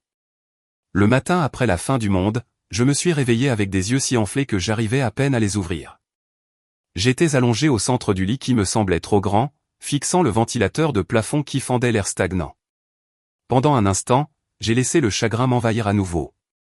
Je me suis permis de ressentir l'humiliation cuisante d'être l'épouse qui ne savait pas, la femme stérile dont le mari avait cherché un miracle avec sa propre cousine. Mais ensuite, je me suis assise. Je suis allé à la salle de bain et j'ai éclaboussé mon visage d'eau froide. Je me suis regardé dans le miroir. La femme qui me fixait semblait anéantie. Mais derrière les yeux cernés de rouge, autre chose s'éveillait. C'était la partie de mon cerveau qui m'avait permis de devenir analyste principal à l'âge de 30 ans. C'était la partie de moi qui ne se souciait pas des sentiments, des excuses ou des justifications. Elle ne se souciait que des faits, des données, des preuves. Si c'était un dossier sur mon bureau au travail, le dossier numéro 8492, je ne serais pas en train de pleurer. Je serais en train d'enquêter. Je serais en train de démanteler la vie financière du sujet pour trouver la fuite. Alors, j'ai séché mon visage. J'ai préparé une cafetière de café noir et je suis allé à mon bureau à domicile. Je n'étais plus Genesis Turner, l'épouse au cœur brisé. J'étais Genesis Turner, l'enquêtrice principale en fraude. Et j'étais sur le point d'auditer ma propre vie. J'ai commencé par les agences de crédit. Je me suis connecté à Experian, TransUnion et Equifax. J'ai payé les frais pour les rapports détaillés accélérés. Quand les PDF se sont chargés sur mes 2 écrans, mon souffle m'a quitté dans un sifflement aigu. Je savais pour la marge de crédit hypothécaire que Caleb avait avoué. Cela faisait 50 000 $. Mais à mesure que je faisais défiler l'écran, les signaux d'alarme ont commencé à apparaître comme des fusées éclairantes sur une route sombre. Il y avait une carte de crédit ouverte il y a 4 mois avec une limite de 15 000 $. Statut, utilisation maximale. Il y avait un prêt personnel d'un prêteur en ligne prédateur pour 10 000 $. Il y avait un plan de financement de magasin de meubles pour 3 000 $. Ils étaient tous à mon nom, Genesis Turner. Mais je n'avais jamais vu ces cartes. Je n'avais jamais signé ces documents. J'ai affiché les métadonnées pour les applications. Dans mon domaine de travail, nous ne regardons pas seulement ce qui a été fait. Nous regardons où cela a été fait. J'ai retracé les adresses IP utilisées pour soumettre les applications numériques. Les 3 premières provenaient d'une adresse IP enregistrée dans un complexe résidentiel du côté et de la ville, les Sunset Arms Appartements. C'était là où Maddy vivait avant d'emménager avec nous. Le deuxième lot d'applications provenait d'une adresse IP commerciale. J'ai effectué un traçage rapide. Il correspondait au réseau interne de Ridley Motors, la concession où Caleb travaillait. Ils n'avaient même pas été prudents. Ils étaient si arrogants, si sûrs de ma cécité, qu'ils avaient commis un vol d'identité fédérale depuis leur propre salon et bureau. Ensuite, je suis passé aux assurances. C'était mon territoire. Je me suis connecté au back-end du portail de mon fournisseur, pas la vue client, mais la vue à laquelle j'avais accès en tant qu'employé. J'ai extrait mon propre historique de réclamation. Mon cœur battait contre mes côtes tandis que je filtrais les résultats de recherche par obstétrique et gynécologie. Il y avait 7 réclamations au cours des 5 derniers mois, 7 visites prénatales, 2 échographies, un bilan sanguin complet. J'ai regardé les dates. Le 12 mai, il y avait une réclamation pour un dépistage du premier trimestre dans une clinique du côté nord de la ville, une clinique que je n'avais jamais visitée. J'ai ouvert un nouvel onglet et j'ai affiché l'archive Instagram de Maddy. J'ai fait défiler jusqu'au 12 mai. Il n'y avait pas de photos, mais il y avait une publication, je me sens enfin humaine à nouveau après des semaines de grippe intestinale. Le ginger ale est mon meilleur ami. Grippe intestinale. Nausée matinale. J'ai vérifié une autre date. Le 15 juin. Une réclamation pour échographie. Le Facebook de Maddy le 15 juin, j'ai vu la chose la plus belle aujourd'hui. La vie est un miracle. Ils utilisaient mon assurance maladie pour payer sa grossesse. Maddy entrait dans des établissements médicaux, prétendait être moi, remettait ma carte d'assurance que je réalisais maintenant être un duplicata que Caleb avait commandé et recevait des soins à mes frais. Ce n'était pas seulement un conflit conjugal. C'était de la fraude à l'assurance. C'était un crime. J'ai ouvert l'outil de signalement interne de l'entreprise. Mes doigts planaient au-dessus du clavier. Habituellement, je signalerais ceci, marquerais les noms et l'enverrais immédiatement au service juridique, mais j'ai fait une pause. Si je donnais l'alerte maintenant, l'enquête commencerait, mais je perdrais le contrôle du calendrier. Caleb et Maddy seraient alertés trop tôt. J'avais besoin de plus. J'avais besoin de connaître le coup final. J'ai déposé le rapport, mais je l'ai marqué comme activité suspecte, en attente de révision interne. Je n'ai pas encore énuméré les suspects comme mon mari et ma cousine. J'ai gardé le cercle restreint. Je l'ai gardé pour moi seul. Je suis passé au relevé bancaire ensuite. J'ai téléchargé les fichiers CSV bruts de notre compte courant joint, celui que Caleb avait vidé. J'ai trié les données par destinataire. Il y avait des douzaines de transferts à Monsieur Cole. Cela était évident, mais il y avait aussi des retraits d'espèces, 400 ici, 600 là. J'ai cartographié les emplacements des guichets automatiques. Chaque retrait avait eu lieu dans une station-service ou un dépanneur dans un rayon de 2 miles du complexe d'appartements où Maddy était censé avoir déménagé après avoir quitté notre maison. Il vivait de mon salaire. Je finançais le véhicule de fuite pour les personnes qui me passaient dessus. Puis je me suis souvenu de l'ordinateur portable. Quand Caleb était sorti en trombière, traînant sa valise et criant qu'il avait besoin d'espace, il avait laissé son MacBook personnel sur le bureau dans la chambre. Il n'allait jamais nulle part sans lui. Le fait qu'il l'ait laissé derrière lui montrait à quel point il était paniqué ou confiant. Je suis allé dans la chambre. L'ordinateur portable était là, le couvercle fermé. Je l'ai ouvert. Il était protégé par mot de passe. Bien sûr. Je me suis assise en me disant que je pourrais essayer de le deviner, mais 3 tentatives infructueuses verrouilleraient le disque. J'ai pris mon téléphone et j'ai appelé un ami du service de sécurité informatique de mon cabinet. Et, Dave, ai-je dit, gardant ma voix stable. Hypothétiquement, si j'ai un appareil considéré comme un bien matrimonial selon la loi de l'État et que je dois y accéder à des documents financiers pour un audit fiscal, y a-t-il un moyen légal de contourner la connexion utilisateur sans déclencher un effacement? Dave a fait une pause. Il me connaissait. Il savait que je ne posais pas de questions hypothétiques. Si vous êtes le propriétaire du matériel, vous pouvez généralement le démarrer en mode récupération et réinitialiser les privilèges d'administrateur via le terminal. Cela réinitialise le mot de passe, pas les données. Avez-vous un stylo? 10 minutes plus tard, j'étais dedans. Je ne me souciais pas de son historique de navigation. Je suis allé directement au répertoire des fichiers. J'ai cherché des dossiers cachés. J'en ai trouvé un niché profondément dans la bibliothèque système simplement nommé config système ancien. C'était un faux nom, mais la taille du fichier était massive, 4 gigaoctets. Je l'ai ouvert. Ce n'étaient pas des fichiers système. C'était un album de souvenirs numériques de leur liaison. Il y avait des photos, selfies d'eux dans mon lit pendant que j'étais au travail, photos d'eux au dîner dans des villes à 1 heure de là. Mais j'ai sauté celle-là. Je n'avais pas besoin de la douleur. J'avais besoin du plan. J'ai ouvert un sous-dossier étiqueté Nouveau départ. Il contenait des téléchargements PDF d'annonces d'appartements à Phoenix, Arizona, des candidatures que Caleb avait rédigées pour des concessions dans le sud-ouest, et puis les courriels. J'ai ouvert un fil de discussion entre Caleb et Maddy daté d'il y a 2 mois. Caleb, tiens bon, chérie. Le prêt ELOC devrait être autorisé la semaine prochaine. Ça nous donne 50 000 plus ce que je peux retirer du compte joint. Nous aurons assez pour nous installer à Phoenix avant que le bébé arrive. Maddy, j'ai juste peur qu'elle le remarque. Elle surveille les comptes comme un faucon. Caleb, elle est ignorante. Elle est tellement obsédée par l'échec de la FIV qu'elle ne regarde rien d'autre. Nous utiliserons ces cartes de crédit pour couvrir les déménageurs et les nouveaux meubles. Au moment où les factures arriveront, nous serons partis. Elle peut gérer la dette. Considère ça comme sa contribution à la cause. J'ai lu cette phrase 3 fois. Considère ça comme sa contribution à la cause. Mes mains étaient glacées. Je ne tremblais plus. J'ai ressenti une étrange clarté cristalline. Ils n'étaient pas seulement en train de me quitter. Ils prévoyaient de me laisser dans la misère.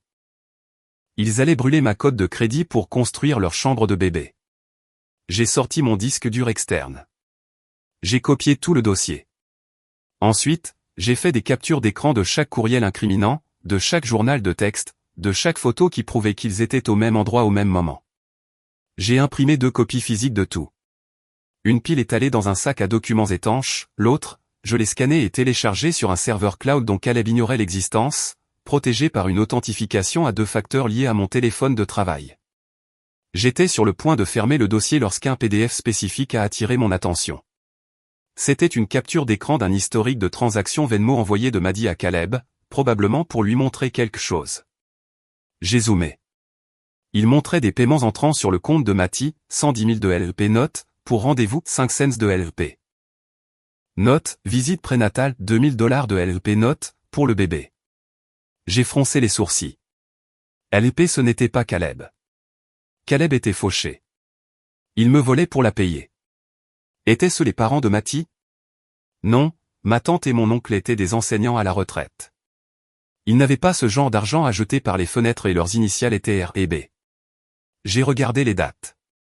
Les paiements avaient commencé il y a environ 6 mois, juste au moment où Maddy est tombée enceinte. Pour le bébé, disait la note. Une prise de conscience m'a frappé. Soudaine et nette. Caleb était stérile. Je le savais. Le médecin le savait. Mais Maddy était enceinte. Et voici quelqu'un avec les initiales LEP envoyant des milliers de dollars pour soutenir cette grossesse. Caleb pensait qu'il était le père. Il détruisait son mariage et volait la fortune de sa femme pour soutenir un enfant qu'il croyait être son héritier, mais quelqu'un d'autre payait pour cela aussi. J'ai ouvert un nouvel onglet de navigateur. J'ai tapé le nom de la concession où Caleb travaillait, Ridley Motor. Je suis allé à la page Notre équipe. J'ai scanné les visages du personnel de vente.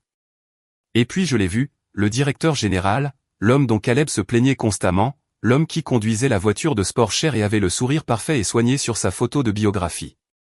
Logan Pierce. LP je me suis penché en arrière sur ma chaise, le cuir grinçant dans le silence de la pièce. Les pièces du puzzle se sont emboîtées avec un claquement assourdissant. Caleb n'était pas le père, et il n'était pas le seul à être manipulé. Maddy n'était pas seulement en train de m'arnaquer. Elle menait une double escroquerie. Elle tenait mon mari pour le soutien émotionnel et l'argent volé, et elle tenait son patron pour l'argent du silence. J'ai regardé l'écran le visage confiant et insouciant de Logan Pierce. Eh bien, Logan, ai-je dit à la pièce vide, ma voix plate et dangereuse. Il semble que vous et moi ayons quelque chose en commun. J'ai tendu la main vers mon téléphone.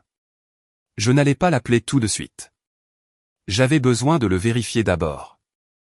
J'avais besoin d'être sûr. Mais si ma théorie était juste, je venais de trouver l'arme qui transformerait cela d'un divorce désordonné en une détonation nucléaire. J'ai fermé l'ordinateur portable. J'ai ramassé la pile de preuves imprimées. J'avais du travail à faire. Trouver Logan Pierce n'a pas été difficile. Son nom était affiché sur des panneaux d'affichage partout dans la ville. Ridley Motor, où la confiance est notre moteur. Un peu ironique, étant donné que l'homme qui dirigeait le spectacle finançait secrètement la grossesse de ma cousine. Une rapide contre-vérification du numéro de téléphone associé au compte Venmo de LEP l'a confirmé. C'était son portable personnel. 2 jours plus tard, j'ai conduit ma Honda Civic dans la baie de service de Ridley Motor. Je n'avais pas de rendez-vous, mais je savais comment ces endroits fonctionnaient. J'ai marché directement jusqu'au bureau d'accueil vêtu de mon meilleur blazer de cliente confuse mais aisée. « Bonjour » ai-je dit, affichant un sourire forcé. « Je cherche Logan Pierce. Il a géré un bail spécialisé pour mon mari il y a quelque temps, et j'ai quelques questions délicates concernant les documents. » La réceptionniste a hésité, mais le mot délicate implique généralement des problèmes juridiques ou de l'argent.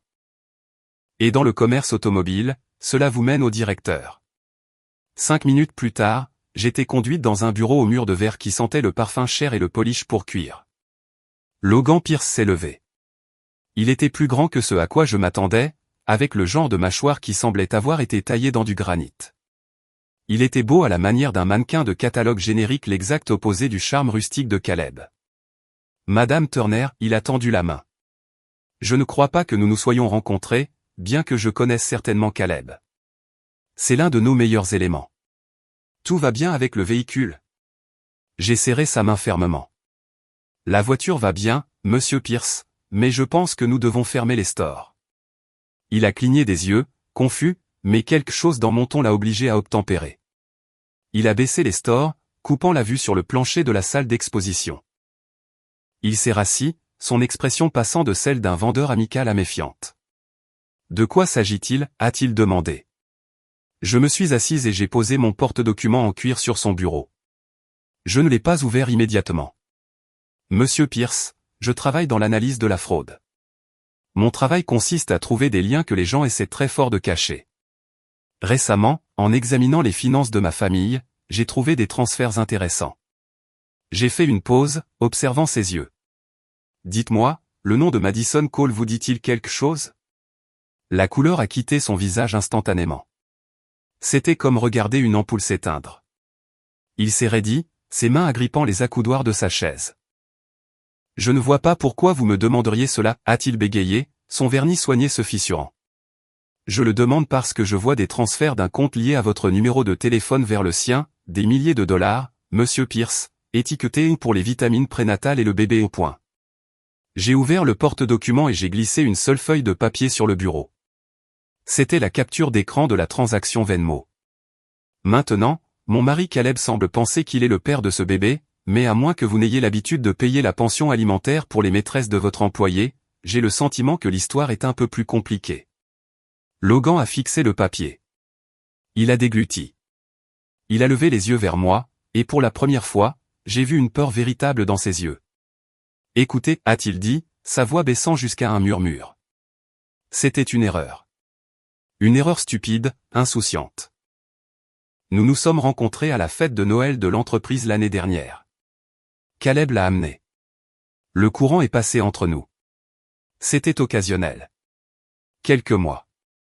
J'ai mis fin à cela quand elle m'a dit qu'elle était enceinte. J'ai une femme, Madame Turner. J'ai 2 enfants. Je ne peux pas laisser cela ruiner ma vie. Alors, vous l'avez payé. Je l'aidais, a-t-il insisté, se penchant en avant. Elle m'a dit qu'elle n'avait pas d'assurance. Elle a dit qu'elle était fauchée. J'ai pensé que je faisais ce qu'il fallait. Je ne savais pas qu'elle était toujours avec Caleb. Je pensais qu'ils étaient juste cousins et qu'ils vivaient ensemble. Je n'avais aucune idée qui il était. Il s'est interrompu, réalisant le pétrin dans lequel il se trouvait. Attendez, vous avez dit que Caleb pense qu'il est le père. C'est le cas, ai-je dit. Il me quitte pour elle. Il a volé 50 000 $ de notre équité immobilière pour commencer une nouvelle vie avec elle et son enfant. Logan a eu un petit rire incrédule. Waouh, elle est douée. Elle m'a dit que le bébé était définitivement le mien, mais elle a promis de garder le silence si j'aidais avec les dépenses. Elle nous manipule tous les deux. Elle manipule l'un de vous, ai-je corrigé. J'ai fouillé dans mon sac et j'ai sorti le deuxième document, le rapport de fertilité du docteur Evans. Je l'ai placé sur la capture d'écran Venmo. Qu'est-ce que c'est? A demandé Logan. Ceci, ai-je dit, pointant les chiffres surlignés, est une confirmation médicale que mon mari, Caleb Turner, a un nombre de spermatozoïdes de 0. Il est stérile depuis des années. Biologiquement, il lui est impossible d'être le père de cet enfant. Le silence dans la pièce était pesant. Je pouvais entendre le bourdonnement du climatiseur et le bruit lointain d'une clé à choc provenant de la baie de service. Logan a pris le rapport. Il l'a lu. Il l'a relu. Il m'a regardé, les yeux écarquillés. Alors a-t-il commencé, la voix tremblante. S'il ne peut pas être le père, et que j'étais la seule autre personne qu'elle voyait. Alors félicitations, monsieur Pierce, ai-je dit, d'une voix sèche. C'est un garçon ou une fille? Nous ne savons pas encore. Il s'est affalé sur sa chaise, passant une main dans ses cheveux parfaitement gominés. Mon Dieu. C'est le mien. C'est réellement le mien. Et elle laisse mon mari croire que c'est le sien, ai-je continué, enfonçant le clou. Elle le laisse détruire son mariage, commettre une fraude criminelle et ruiner son avenir financier pour un mensonge, et elle vous utilise comme un guichet automatique à côté. Le visage de Logan s'est durci. La peur était remplacée par la colère. Personne n'aime se faire manipuler, surtout pas un homme qui se targue d'être en contrôle. Elle m'a menti, a-t-il marmonné. Elle m'a regardé dans les yeux et m'a dit qu'elle s'en occuperait. Qu'elle avait juste besoin d'aide pour les factures. Elle utilise mon argent pour s'enfuir avec lui. Oui, et elle utilise mon identité pour obtenir des soins médicaux à l'hôpital. Je me suis penché. Je vais les arrêter. Logan, je vais tout dénoncer, mais j'ai besoin d'une chose de votre part pour que le dossier soit béton. Quoi, a-t-il demandé. Un test ADN. Un vrai. Il a hésité. Si je fais un test, ce sera enregistré. Ma femme. Nous pouvons le faire discrètement pour l'instant, l'ai-je rassuré. J'ai des contacts au laboratoire utilisé par la clinique où elle a fait son dépistage initial. Ils ont toujours ces échantillons de sang archivés pour le panel génétique. Si vous fournissez un échantillon, je peux obtenir une vérification de paternité privée. Ce ne sera pas admissible au tribunal pour l'instant, mais cela nous donnera la certitude à 99% dont nous avons besoin pour aller de l'avant. Une fois que nous l'aurons, nous déciderons comment larguer la bombe. Il a regardé les papiers sur son bureau. Il a regardé la photo de sa famille sur la crédence derrière lui. Il a réalisé que s'il ne prenait pas les devants, Maddie pourrait s'en prendre à lui publiquement plus tard. S'il contrôlait le récit maintenant, il pourrait peut-être sauver sa propre vie. D'accord, a-t-il dit. Dites-moi où aller. 2 semaines plus tard, j'étais assise dans ma voiture sur le parking d'une épicerie, vérifiant mes emails. Une notification est apparue du portail sécurisé du laboratoire. Objet, résultat de l'analyse de paternité. Dossier 99 281. Mon doigt a plané au-dessus du lien. J'ai ressenti cette même torsion dans mon estomac que j'avais ressenti dans le couloir de l'hôpital. C'était le coup de grâce. J'ai cliqué. Probabilité de paternité, 99,9%. Père présumé, Logan Pierce. C'était fait. Le piège était tendu. Ce n'était plus une supposition. C'était un fait biologique. J'ai ressenti une étrange sensation. Pas du bonheur, mais une satisfaction sombre. C'était le bruit d'une serrure qui s'enclenche. J'ai transféré l'email à Logan. Puis je lui ai envoyé un SMS, nous avons une correspondance. Rendez-vous au café sur la 4e rue. Nous devons planifier la livraison. Quand j'ai rencontré Logan 1 heure plus tard, il était différent. L'arrogance avait disparu. Il ressemblait à un homme qui dégrise après une longue et coûteuse beuverie. Il était en colère, oui, mais il était concentré. Je veux des droits, a-t-il dit avant même de s'asseoir.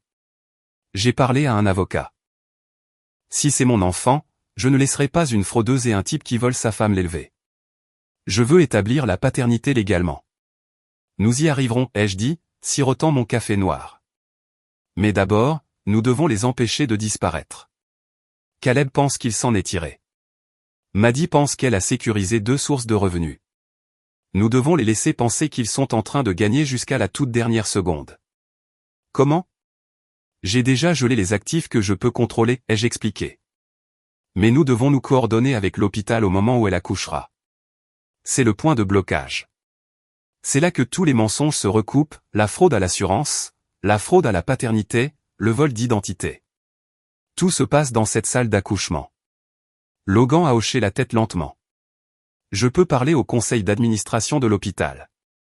Ridley Motor fait des dons à leur aile pédiatrique chaque année. Je peux nous obtenir une réunion avec leur responsable de la conformité sans éveiller les soupçons. Bien, ai-je dit. Et j'ai l'équipe d'enquête financière prête à agir sur la fraude bancaire. Nous sommes en train de construire un filet, Logan, et il nage droit dedans. Il m'a regardé avec un respect nouveau. Ou peut-être était-ce de la peur. Vous êtes terrifiante. Vous le savez. J'ai souri. C'était le premier sourire sincère que j'avais ressenti depuis des semaines. Je ne suis qu'une femme qui regarde les données, Logan, et les données disent qu'ils vont tomber. Nous nous sommes serrés la main à travers la table. C'était l'alliance la plus étrange de ma vie, la femme trahie et l'amant dupé. Mais c'était la meilleure équipe dont j'ai jamais fait partie. Nous n'étions plus seulement des victimes. Nous étions l'accusation. Le bureau de Victor Hay était exactement ce à quoi on pouvait s'attendre de l'avocat spécialisé en divorce le plus impitoyable de la ville. Il n'y avait que de l'acajou, du cuir et l'odeur de café cher. Victor ne m'a offert ni thé ni sympathie. Il m'a offert une stratégie. Nous ne déposons pas seulement une demande de divorce, Genesis, a-t-il dit, tapotant un stylo argenté contre son bureau. Nous effectuons une extraction chirurgicale. Vous voulez couper la tumeur sans endommager le tissu environnant. Dans ce cas, le tissu est votre code de crédit et votre liberté. Je veux qu'il n'ait rien, ai-je dit. Ma voix était calme. Il a retiré 50 000 $ de capital de ma maison. Il a ouvert des cartes à mon nom. Il prévoit de quitter l'État. Alors nous frappons les premiers, a répondu Victor. Cet après-midi-là, nous avons déposé une requête en séparation légale plutôt qu'en divorce immédiat. C'était une manœuvre tactique. Cela nous a permis de demander au tribunal un gel immédiat de tous les biens matrimoniaux pour empêcher la dissipation des fonds. Cela signifiait que Caleb ne pouvait pas vider les 400 $ restants sur notre compte courant, et plus important encore, il ne pouvait pas tirer un centime de plus de la ligne de crédit immobilière frauduleuse. Mais le véritable coup de maître était la maison. Étant donné que la compte provenait de l'assurance vie de mes parents il y a des années, Victor m'a aidé à exécuter un transfert par acte de renonciation dans une fiducie de vie révocable gérée par un tierce matenté avec effet rétroactif à la date de la preuve d'héritage. C'était une manœuvre juridique complexe, mais cela soutenait essentiellement que la maison n'avait jamais été un bien matrimonial pour commencer, faisant du prêt falsifié de Caleb non seulement une dette, mais un vol d'actifs de fiducie protégée. Il ne saura pas ce qui l'a frappé avant qu'il n'essaie de la vendre, a promis Victor avec un sourire de requin. Pendant que Victor s'occupait du côté civil, je me suis mise au travail sur le côté criminel. Je me suis assise avec les enquêteurs du département des services financiers de l'État. J'ai exposé la chronologie. Voici l'adresse IP pour la demande de prêt, ai-je expliqué, faisant glisser le papier sur la table en métal. Elle correspond à Ridley Motor, son lieu de travail. Voici l'horodatage de la signature numérique. À cet instant précis, j'étais connecté à mon serveur de travail à 20 miles de là. J'ai les journaux de serveur pour le prouver. Je leur ai montré les réclamations d'assurance. Patiente, Genesis Turner, visite prénatale. Mais ici j'ai pointé mes propres dossiers médicaux de mon médecin traitant et un examen physique que j'ai eu le même jour à la même heure de l'autre côté de la ville. Je ne peux pas être dans 2 cabinets de médecins à la fois. L'enquêtrice, une femme d'apparence fatiguée nommée détective Miller, a regardé la pile de preuves. C'est complet, a-t-elle noté. Habituellement, nous devons creuser pour trouver ça. J'ai fait le travail de recherche pour vous, ai-je dit. J'ai juste besoin que vous apportiez l'appel. La pièce suivante du piège était l'hôpital. Grâce à l'intervention discrète de Logan auprès du conseil d'administration, j'ai obtenu une réunion avec la directrice de la gestion des risques et de la conformité de l'hôpital. Je lui ai expliqué le vol d'identité. Je lui ai montré la fraude à l'assurance. Son visage est devenu pâle quand elle a réalisé que leur département de facturation avait facturé des milliers de dollars à une victime de vol d'identité. Nous devons arrêter cela, a-t-elle dit, attrapant son téléphone. Nous devons refuser l'admission. Non. Je l'ai arrêté.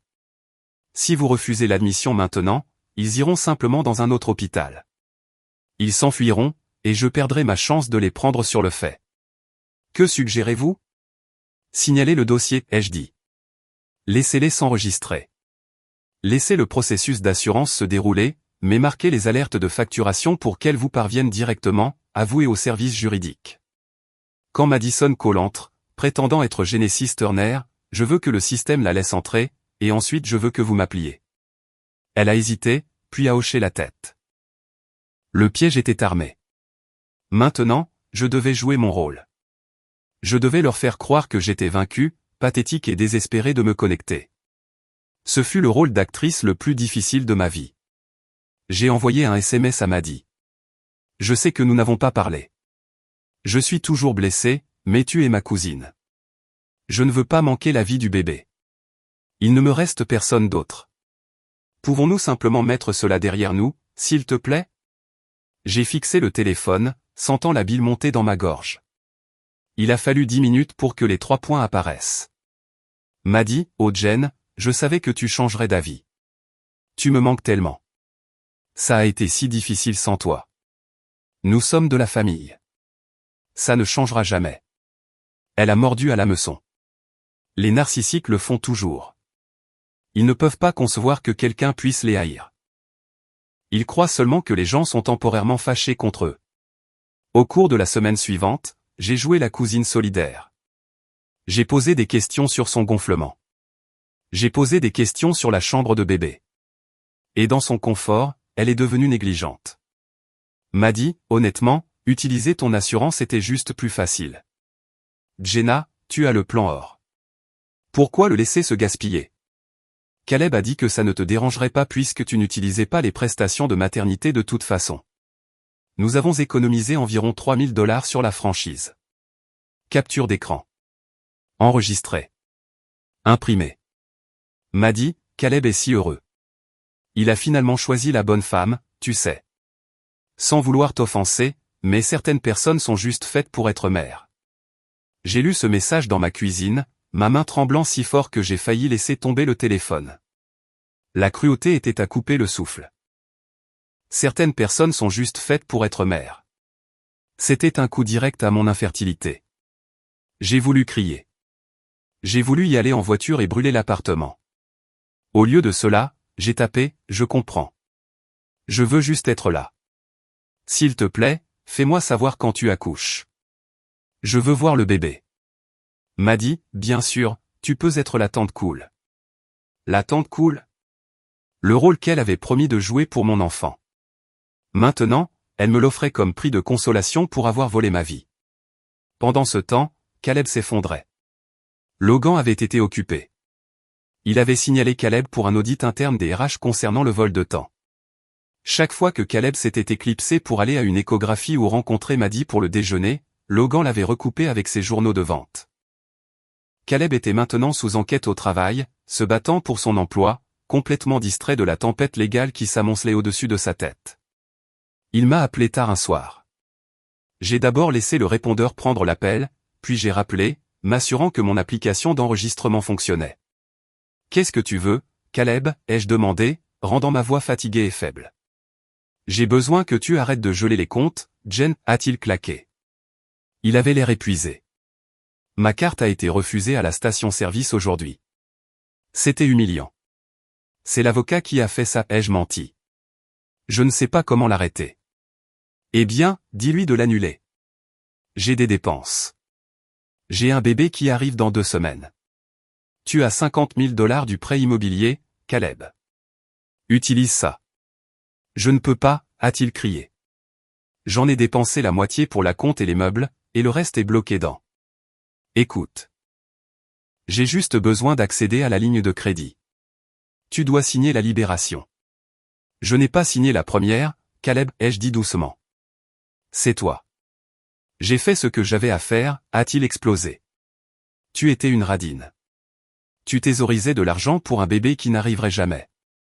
J'ai signé ton nom parce que tu étais trop têtu pour voir que j'avais besoin de l'argent pour construire une vie. Je suis l'homme de la maison, Genesis.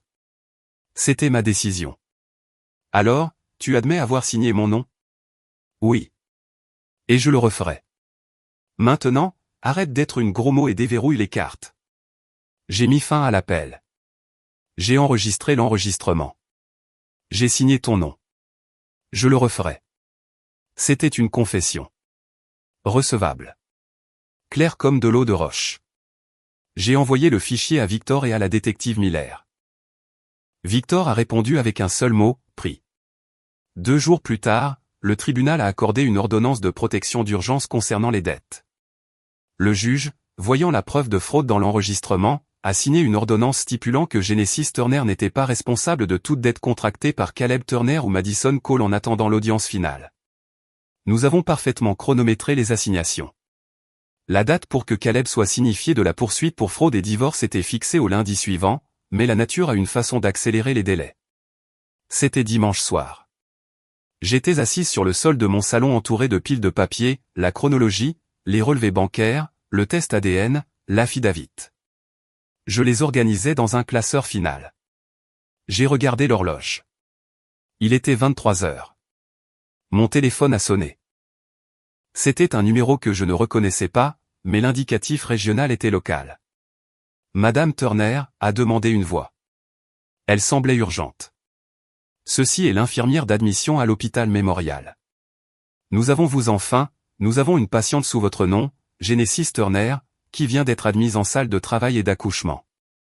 Elle est complètement dilatée. Mon cœur s'est arrêté, puis a redémarré avec un battement violent. Je suis Genesis Turner, ai-je dit calmement. Et je ne suis pas enceinte. Nous savons, a dit l'infirmière, sa voix tombant à un murmure conspirateur. Le système a signalé le dossier exactement comme vous l'avez demandé. La directrice de la conformité a dit de vous appeler immédiatement. La patiente, Madame Cole, est dans la chambre 304. Elle nous a remis votre carte d'assurance. Mon mari est-il avec elle? Oui, Monsieur Turner est ici. Il signe les papiers d'admission en tant que père. Ne les arrêtez pas, ai-je dit, me levant et attrapant mes clés. Laissez-les tout signer. Laissez-les documenter chaque mensonge. Je suis en route. J'ai raccroché. J'ai appelé Logan. C'est le moment, ai-je dit. Retrouve-moi dans le hall. Amène ton avocat. J'ai saisi le classeur. J'ai pris le sac que j'avais préparé il y a des jours. Pas un sac d'hôpital pour un bébé, mais un sac de survie pour une opération coup de poing. Il contenait ma véritable pièce d'identité, les rapports de fraude, les résultats ADN, et un changement de vêtements frais parce que je voulais avoir l'air impeccable. J'ai conduit dans les rues vides, les lumières des réverbères se brouillant en traînées lumineuses. Je ne ressentais pas de peur. Je ne ressentais pas de tristesse. Je ressentais la précision froide et dure d'une machine qui avait finalement été mise à pleine puissance. Ils étaient dans cette pièce, se tenant la main, pensant qu'ils avaient réussi le casse du siècle. Ils pensaient qu'ils étaient sur le point d'accueillir une nouvelle vie construite sur les cendres de la mienne. Ils avaient tort. Ils n'accueillaient pas une nouvelle vie. Ils attendaient le bourreau, et elle était à 5 minutes. Marcher du parking à la maternité ressemble moins à une visite à l'hôpital qu'à un cortège funèbre pour mon ancienne vie. Les carillons de l'ascenseur sont trop forts. Les lumières fluorescentes sont trop vives. Dans ma main gauche, je porte un sac cadeau imprimé d'ours en peluche pastel, rempli de vêtements de bébé que j'ai achetés par automatisme. Dans ma main droite, je serre mon porte-document en cuir. Il contient le mandat de mort pour mon mariage et l'acte d'accusation pour leur liberté. Je porte une bénédiction et une malédiction. Et pour la première fois, c'est moi qui décide lequel est lequel. Lorsque les portes de l'ascenseur s'ouvrent au 3e étage, l'air change. Il fait plus chaud ici, sentant le talc et le linge frais. Mais je sais mieux que ça. J'entre dans la salle d'attente. C'est calme. La plupart des familles dorment sur des chaises ou sont blotties dans des chambres. Mes 2 hommes sont assis près des distributeurs automatiques. Ils sont vêtus de jeans et de polo, tenant des magazines démodés. Pour n'importe qui d'autre, ils ressemblent à des pères anxieux. Mais je vois la bosse du fil sous le col de l'homme de gauche. Je vois la façon dont ses yeux scannent la pièce, efficaces et vifs, et non pas fatigués et inquiets. Ce sont les enquêteurs que le détective Miller a envoyés. Je croise le regard de celui de gauche. Il me fait un hochement de tête microscopique. Il ne sourit pas. Il ne fait pas de signe de la main. Il reconnaît simplement que la toute moyesse est en jeu. Je marche dans le couloir, mes talons claquant doucement sur le linoléum, jusqu'à la chambre 304. La porte est fermée, mais il y a une petite fenêtre rectangulaire près du haut. Je m'arrête. Je ne devrais pas regarder, mais je dois le faire. Je regarde à travers la vitre. La pièce est sombre, éclairée seulement par les moniteurs et une petite lampe près du lit. Maddie est là, calée sur des oreillers, le visage brillant de sueur, les cheveux collés à son front. Elle a l'air épuisée, souffrante, mais indéniablement vivante. Et là, penché au-dessus de la barrière du lit, il y a Caleb. Il lui caresse les cheveux. Son visage est proche du sien. Je ne peux pas l'entendre à travers la vitre, mais je peux lire sur ses lèvres. Je peux lire le langage corporel avec lequel j'ai vécu pendant 6 ans. Nous y sommes presque. Un nouveau départ, rien que nous deux. Il l'embrasse sur le front.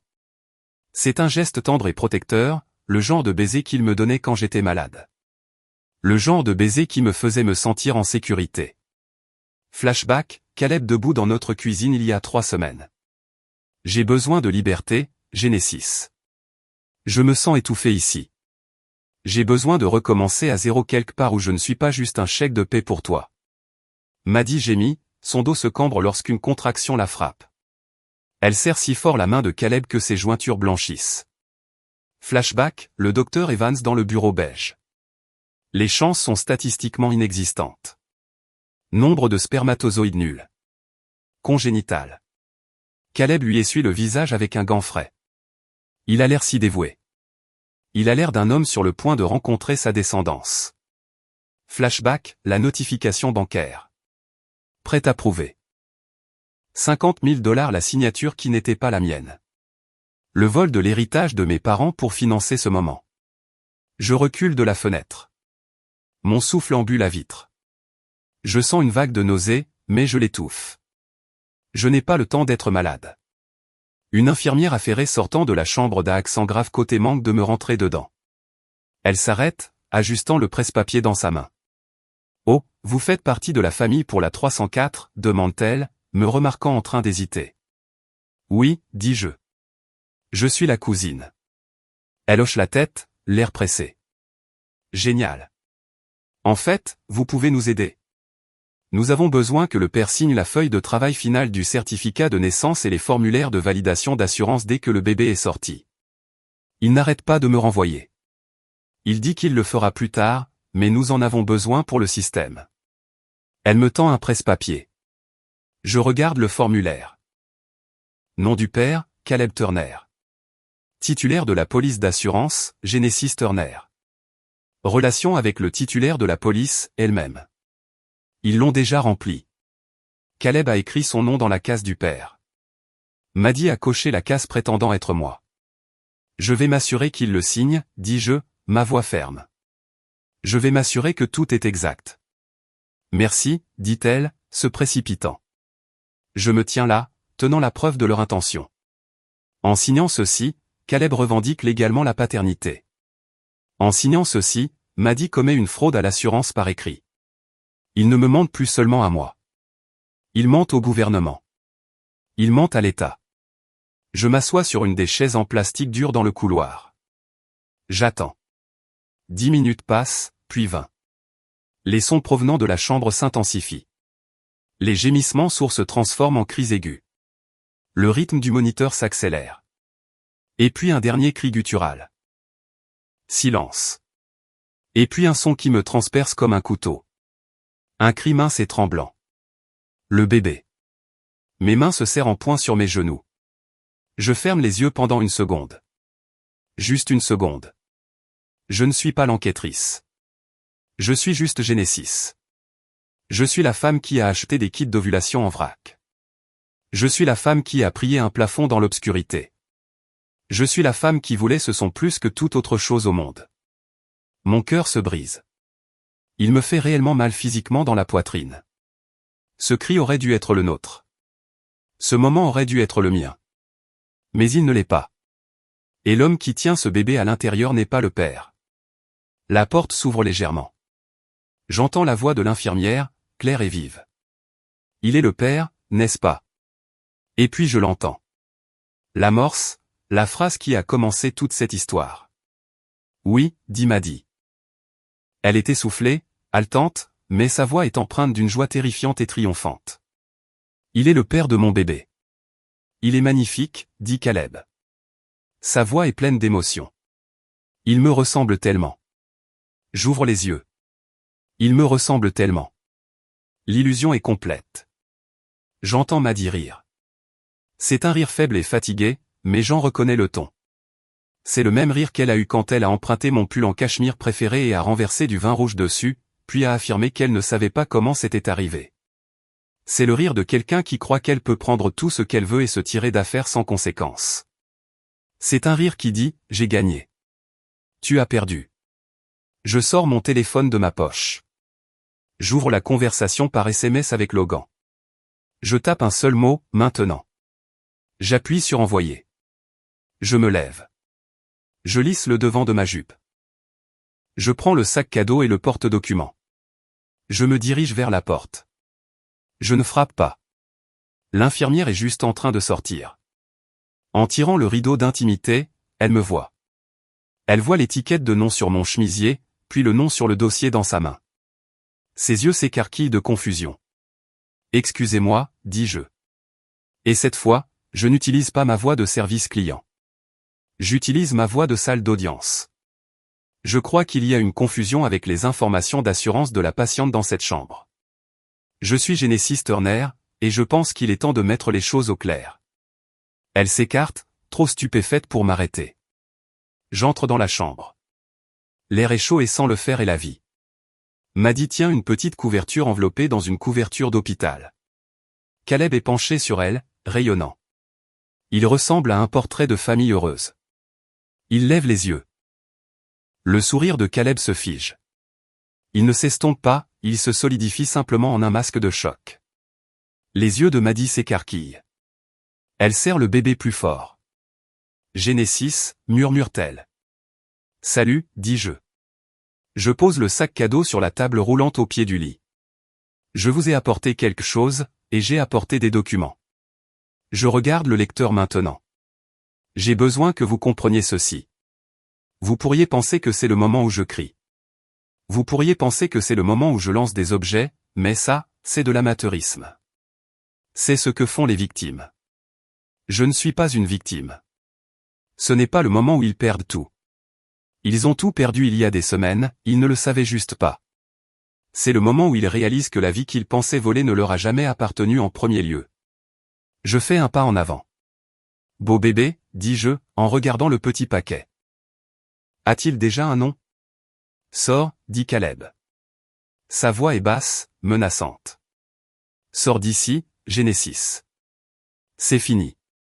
Tu n'as pas le droit d'être là. »« En fait, si, dis-je, tapotant le dossier dans ma main.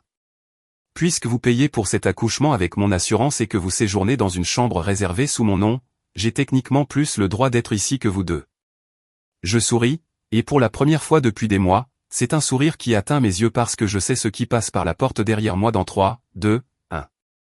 Le son de pas lourd résonne dans le couloir. « Regardons les données » dis-je doucement. « Voulez-vous » Je l'ignore. Je marche droit jusqu'au pied du lit, mes talons claquant rythmiquement sur le sol en linoléum.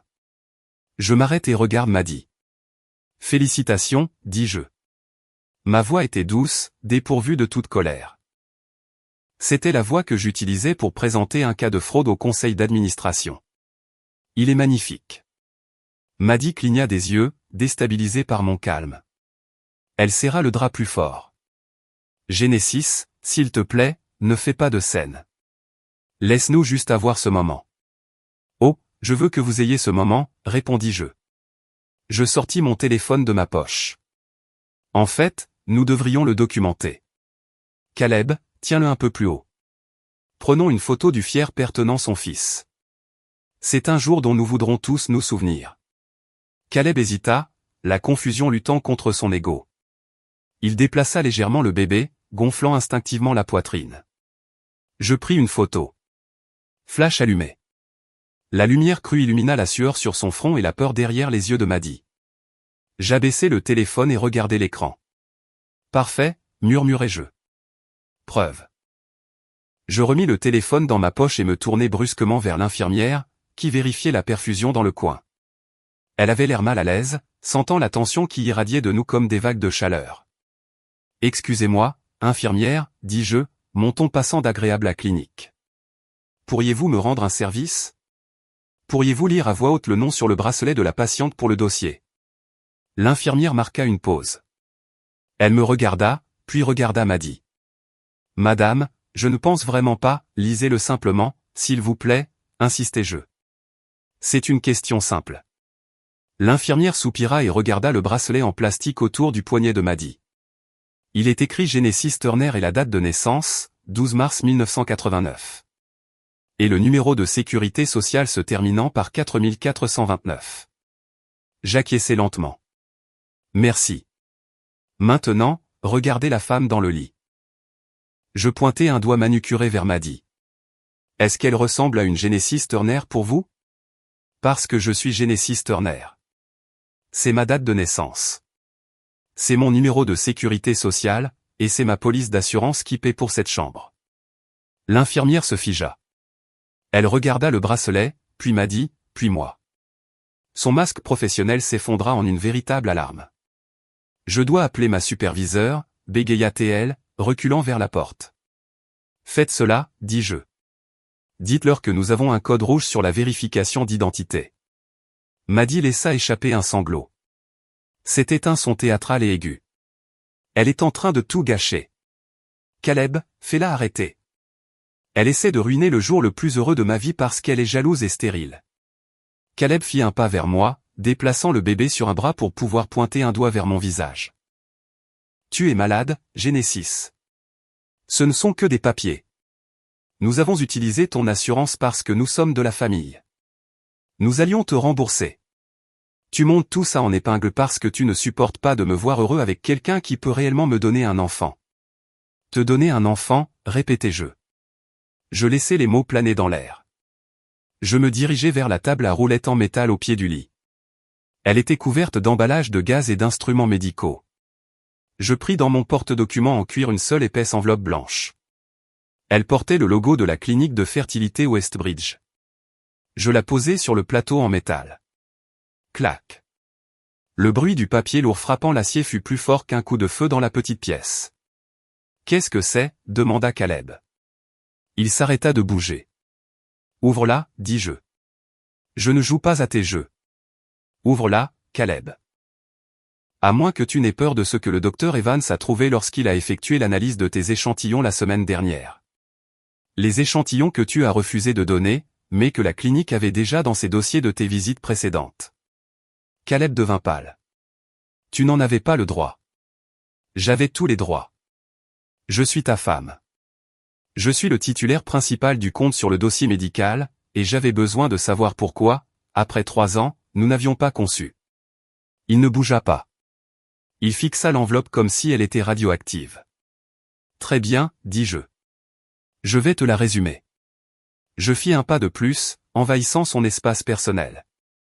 Je le regardai droit dans les yeux. Le rapport confirme un diagnostic d'azoospermie. Caleb, sais-tu ce que cela signifie? Cela signifie que tu as un nombre de spermatozoïdes de 0. Pas bas, 0. Le médecin a dit que la condition est probablement congénitale. Tu as été stérile toute ta vie d'adulte. Le silence qui s'ensuivit fut absolu. Le seul bruit était le whoosh-whoosh rythmique du moniteur fœtal qui n'avait pas encore été éteint. Maddy arrêta de pleurer. Sa bouche s'ouvrit légèrement, mais aucun son n'en sortit.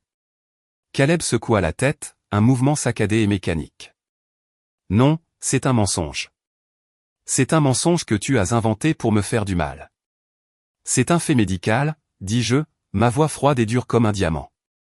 Biologiquement, physiquement, scientifiquement, tu ne peux pas être le père de cet enfant. C'est impossible. Caleb baissa les yeux vers le bébé dans ses bras, le bébé qu'il venait d'affirmer lui ressemblait. Il me regarda à nouveau, ses yeux égarés par la panique et le déni. « Tu as falsifié ça » cria-t-il. « Tout comme tu es en train de bloquer les comptes. Tu essaies de me castrer. » Il se jeta sur l'enveloppe, essayant de l'arracher du plateau pour la déchirer. Mais l'infirmière, qui était restée près de la porte, s'avança instinctivement. Monsieur, calmez-vous. Il y a un nourrisson dans vos bras. Dis-lui qu'elle ment, cria Caleb à Maddy. Il se retourna pour lui faire face. Maddy, dis-lui qu'elle est folle. Dis-lui que nous avons fait ce bébé. Maddy tremblait. La sueur lui dégoulinait sur la tempe. Elle regarda de Caleb à moi, ses yeux dartant autour de la pièce comme un animal pris au piège. C'est un miracle, bégaya-t-elle, sa voix mince et tremblante. Les médecins font des erreurs, Caleb. Dieu a trouvé un moyen. Nous avons prié pour cela. C'est un miracle. Un miracle, répétai-je, laissant échapper un rire sec et sans humour.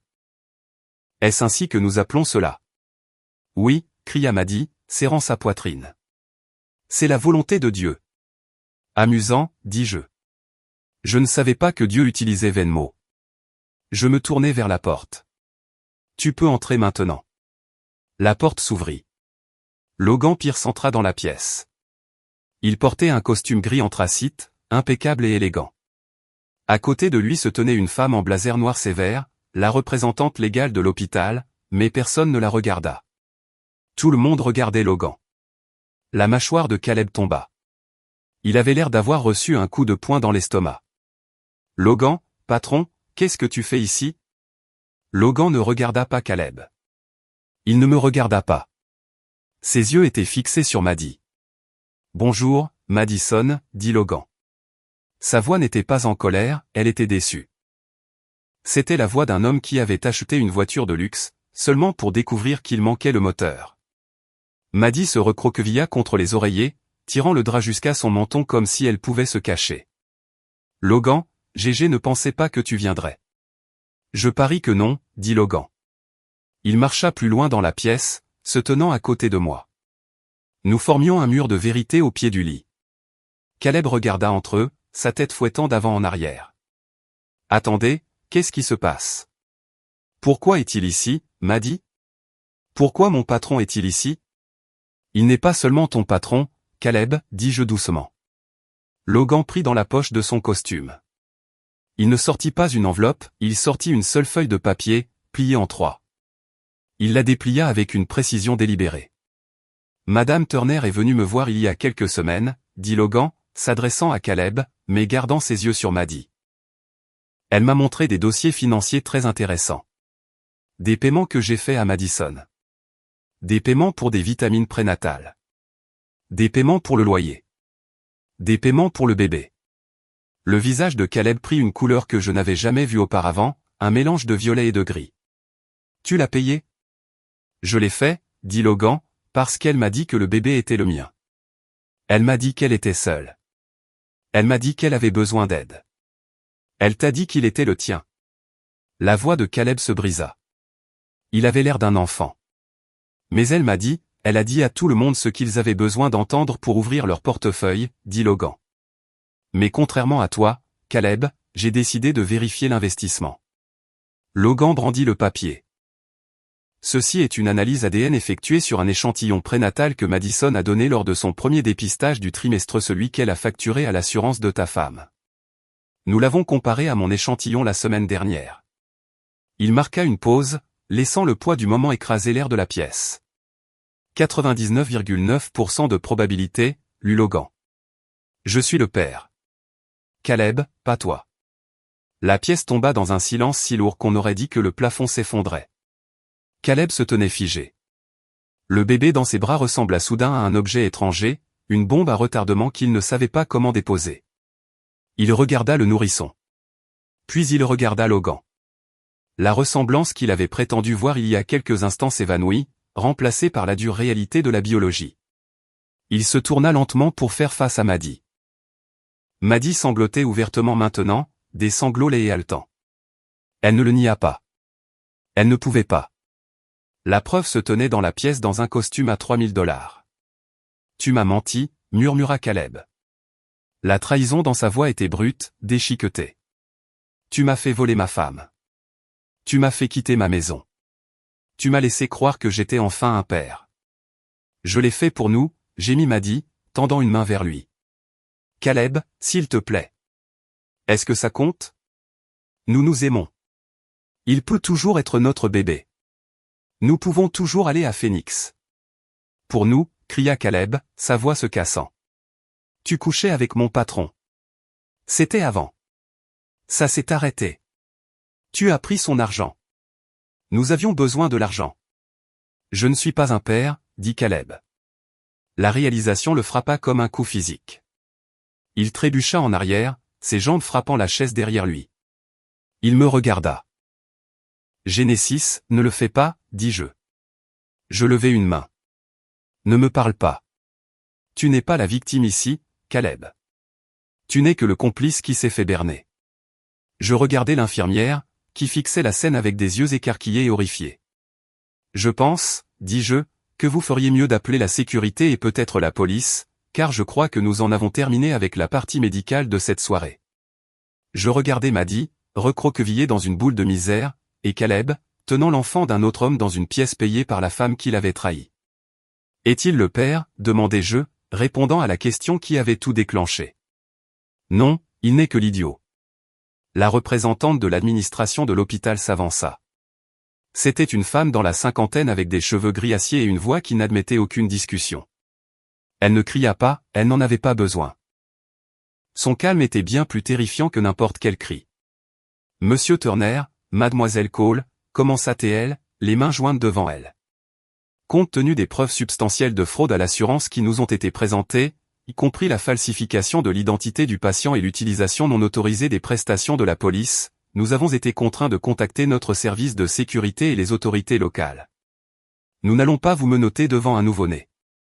Nous ne sommes pas des monstres, mais ne vous y trompez pas, les forces de l'ordre attendent devant cette porte. Vous serez escorté vers une pièce privée pour un interrogatoire dès que l'équipe médicale vous aura donné le feu vert. L'air dans la pièce sembla disparaître.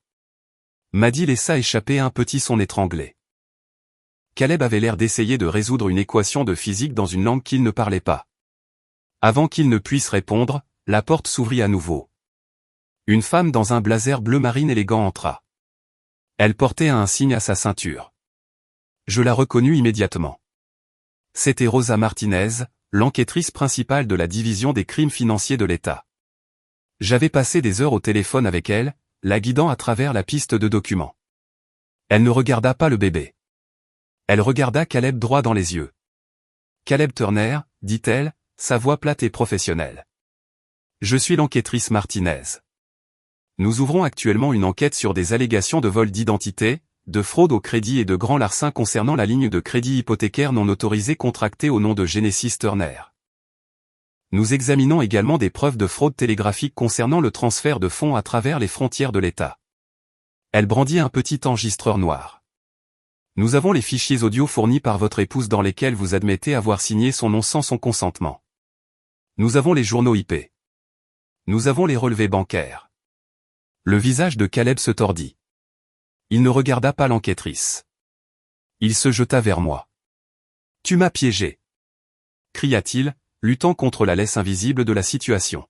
« Tu as fait ça. Si tu n'avais pas fouillé. Si tu n'avais pas été aussi obsédé par la destruction de mon bonheur. Nous aurions été bien. Tu m'as piégé. » Je ne bronchais pas. Je ne reculais pas. Je le regardais droit dans les yeux. « Je n'ai pas tendu de piège, Caleb, dis-je, ma voix calme mais portant jusqu'à chaque coin de la pièce. Je ne t'ai pas forcé à forger ma signature. Je ne t'ai pas forcé à mentir à ton patron. Je ne t'ai pas forcé à coucher avec ma cousine. J'ai juste allumé les lumières dans la pièce où tu t'étais enterré. » Maddie serra le bébé plus fort contre sa poitrine, utilisant le nourrisson comme un bouclier. Des larmes coulaient sur son visage, ruinant son maquillage. « Tu détestes ce bébé. » Gémit elle, pointant un doigt tremblant vers moi. « Tu fais ça parce que tu es jalouse. Tu ne te soucies pas des enfants. Tu veux juste te venger. » « Ça suffit, » intervint une voix grave. C'était l'homme debout à côté de Logan, son avocat. « Mon client, Monsieur Pierce, dépose une requête d'urgence pour établir la paternité et la garde temporaire, » déclara l'avocat. Compte tenu de l'environnement criminel dans lequel cet enfant est né et de la nature frauduleuse de la conduite de la mère, nous soutenons que l'enfant est en danger immédiat. Nous demandons que le nourrisson soit placé en soins de protection jusqu'à ce que les résultats ADN soient vérifiés par le tribunal. Maddie halta, tirant la couverture sur la tête du bébé comme pour le cacher. Vous ne pouvez pas le prendre. Il est à moi. La situation s'aggravait dans la pièce. Le bébé commença à s'agiter, sentant la tension. Je m'avançai. Tout le monde me regarda. Le bébé ne devrait pas être ici pour ça, dis-je. Je regardai l'infirmière. Il ne devrait pas entendre ces cris. Il ne devrait pas voir ses parents être escortés par la police. S'il vous plaît, emmenez-le à la pouponnière. Laissez Monsieur Pierce vous accompagner pour assurer sa sécurité, mais sortez cet enfant de cette pièce toxique. Maddie me regarda, stupéfaite. Elle s'attendait à ce que j'exige que le bébé soit emmené par dépit. Elle ne comprenait pas que, contrairement à elle, je ne considérais pas les gens comme des pions. L'infirmière hocha la tête, s'avançant avec autorité. Elle a raison. J'emmène le nourrisson à la pouponnière pour son évaluation initiale. À contre-cœur, sanglotant, Maddie laissa l'infirmière prendre la couverture. Logan me fit un signe de tête de remerciement silencieux et suivit l'infirmière dehors. Alors que la porte se refermait, retirant la seule partie innocente de la scène, le bruit du couloir s'amplifia de nouveau. Qu'est-ce qui se passe ici? Une femme affolée fit irruption dans la pièce. C'était tante Lorraine, la mère de Maddie, la sœur de ma mère. Elle tenait un ballon qui disait « C'est un garçon » et un sac de restauration rapide. Elle regarda de l'enquêtrice au garde de sécurité en passant par le visage ruisselant de larmes de Maddie. Maddie. Caleb. Qu'est-ce qui arrive? Pourquoi y a-t-il des policiers dehors? Maman, cria Maddie. Genesis est en train de tout ruiner. Elle a appelé la police pour nous. Elle essaie de m'envoyer en prison. Lorraine se tourna vers moi, son visage se durcissant. Genesis, comment as-tu pu? Ta cousine vient d'accoucher. N'as-tu donc pas de cœur? L'enquêtrice Martinez s'interposa entre nous. Madame, j'ai besoin que vous écoutiez quelque chose. Elle tapota l'écran de son téléphone et appuya sur lecture d'un fichier que je lui avais envoyé. C'était un message vocal que Maddie avait laissé à une amie il y a 3 mois. Une amie qui, il s'est avéré, était aussi une des personnes qu'ils avaient escroquées et qui était ravie de partager le fichier avec moi. La voix de Maddie, claire et arrogante, remplit la pièce. Je veux dire, honnêtement, Genesis est tellement pathétique. Elle se croit la plus intelligente. Mais je vis dans sa maison, je mange sa nourriture, et je couche avec son mari. J'ai finalement pris la vie qu'elle ne méritait pas. Nous allons encaisser sa valeur nette et la laisser avec rien d'autre que ses chats. Elle ne saura même pas ce qui l'a frappé avant que nous soyons à Phoenix. L'enregistrement se termina. Lorraine laissa tomber le ballon. Il flotta jusqu'au plafond, ballottant joyeusement contre les dalles acoustiques. Elle laissa tomber le sac de nourriture. Elle regarda sa fille. Elle regarda la femme qu'elle avait élevée, la femme qu'elle m'avait défendue 1000 fois. Tu, murmura Lorraine, tu lui as volé. Tu as volé ta propre famille. Maman, commença Maddie, mais Lorraine se détourna, couvrant sa bouche pour étouffer un sanglot. Elle s'effondra sur la chaise en plastique dans le coin, brisée. Elle réalisa à cet instant qu'elle n'était pas la grand-mère d'un miracle. Elle était la mère d'une arnaqueuse. L'enquêtrice Martinez s'éclaircit la gorge. Il n'y a pas que Genesis, Madame Cole. Nous avons trouvé des preuves reliant Caleb et Madison à 3 autres systèmes d'investissement impliquant des amis et des collègues de travail. Ils promettaient des rendements élevés sur des investissements en crypto et utilisaient l'argent pour financer leur style de vie. Cette enquête va prendre beaucoup d'ampleur. Caleb s'affala contre le mur. Il avait l'air petit. La bravade avait disparu. L'acte des « hommes de la maison » s'était évaporé. Puis le téléphone sur la table de chevet sonna. C'était le portable de Caleb. Il ne répondit pas, Logan revint dans la pièce. Il brandit son propre téléphone. Je pense que tu devrais entendre ça, Caleb. Il le mit sur haut-parleur. Ici les RH, dit une petite voix féminine. Monsieur Turner, avec effet immédiat, votre emploi chez Ridley Motor est terminé pour motif valable. Nous avons des preuves documentées de vol de temps, de conflits d'intérêts et de fautes graves. La sécurité est en train de vider votre bureau au moment où nous parlons. Ne revenez pas sur les lieux. La ligne se coupa. Caleb glissa le long du mur jusqu'à ce qu'il soit assis sur le sol. En l'espace de 30 minutes, il avait perdu sa femme. Il avait perdu son travail. Il avait perdu la maison. Il avait perdu sa liberté. Et il avait perdu le titre de père qu'il avait détruit son intégrité pour revendiquer. L'équipe de sécurité entra. Monsieur Turner. Mademoiselle Cole, dit l'officier principal. Nous avons besoin que vous veniez avec nous maintenant. Ils apportèrent un fauteuil roulant pour Maddie. Elle était toujours une patiente après tout, mais il n'y avait aucune dignité dans sa sortie. Elle pleurait, non pas pour son bébé, mais pour elle-même. Caleb marchait à côté d'elle. Il tenait ses mains sous une couverture qu'ils avaient drapée sur son poignet pour cacher les menottes. Mais la façon dont il marchait entraînant les pieds, tête baissée racontait toute l'histoire. Je les regardais partir. Je ne ressentis pas une vague de joie. Je n'eus pas envie d'applaudir. Je ressentis un lourd et profond sentiment de libération. C'était comme poser un sac à dos plein de cailloux que j'avais porté sur des kilomètres. « Est-ce que ça va ?» demanda Logan, s'approchant de moi. « Oui, dis-je, et je le pensais. » Nous marchâmes dans le couloir jusqu'à la fenêtre de la pouponnière. À l'intérieur, dans un berceau en plastique transparent, le bébé dormait. Il était étroitement enveloppé, sa petite poitrine se soulevant et s'abaissant. Il avait des cheveux foncés comme Logan. « Il est innocent dans tout ça, dis-je doucement. »« Il l'est, » acquiesça Logan. « Et je vais m'assurer qu'il le reste. Je vais me battre pour lui. Je vais m'assurer qu'il grandisse en sachant distinguer le bien du mal. Il aura de la chance de t'avoir, dis-je. » Je regardai le bébé une dernière fois. Une partie de moi, la partie qui avait tant désiré un enfant, souffrait, mais c'était une douleur sourde, pas aiguë. Je réalisais que mon chemin vers la maternité n'était pas censé se faire avec Caleb. Et ce n'était pas censé se passer comme ça. Je devrais y aller, dis-je. Où vas-tu aller, demanda Logan. À la maison, dis-je. Ma maison. Les serrures sont changées. Les papiers sont déposés. Il n'y a que moi et le silence. Et honnêtement, j'ai hâte de l'entendre. Je sortis des portes de l'hôpital et dans l'air nocturne. Il était frais et vif. Les portes automatiques se refermèrent derrière moi, scellant l'odeur stérile de l'hôpital, les pleurs de la pouponnière, et l'épave de mon mariage. Je marchai jusqu'à ma voiture. Je m'assis sur le siège du conducteur et serrai le volant.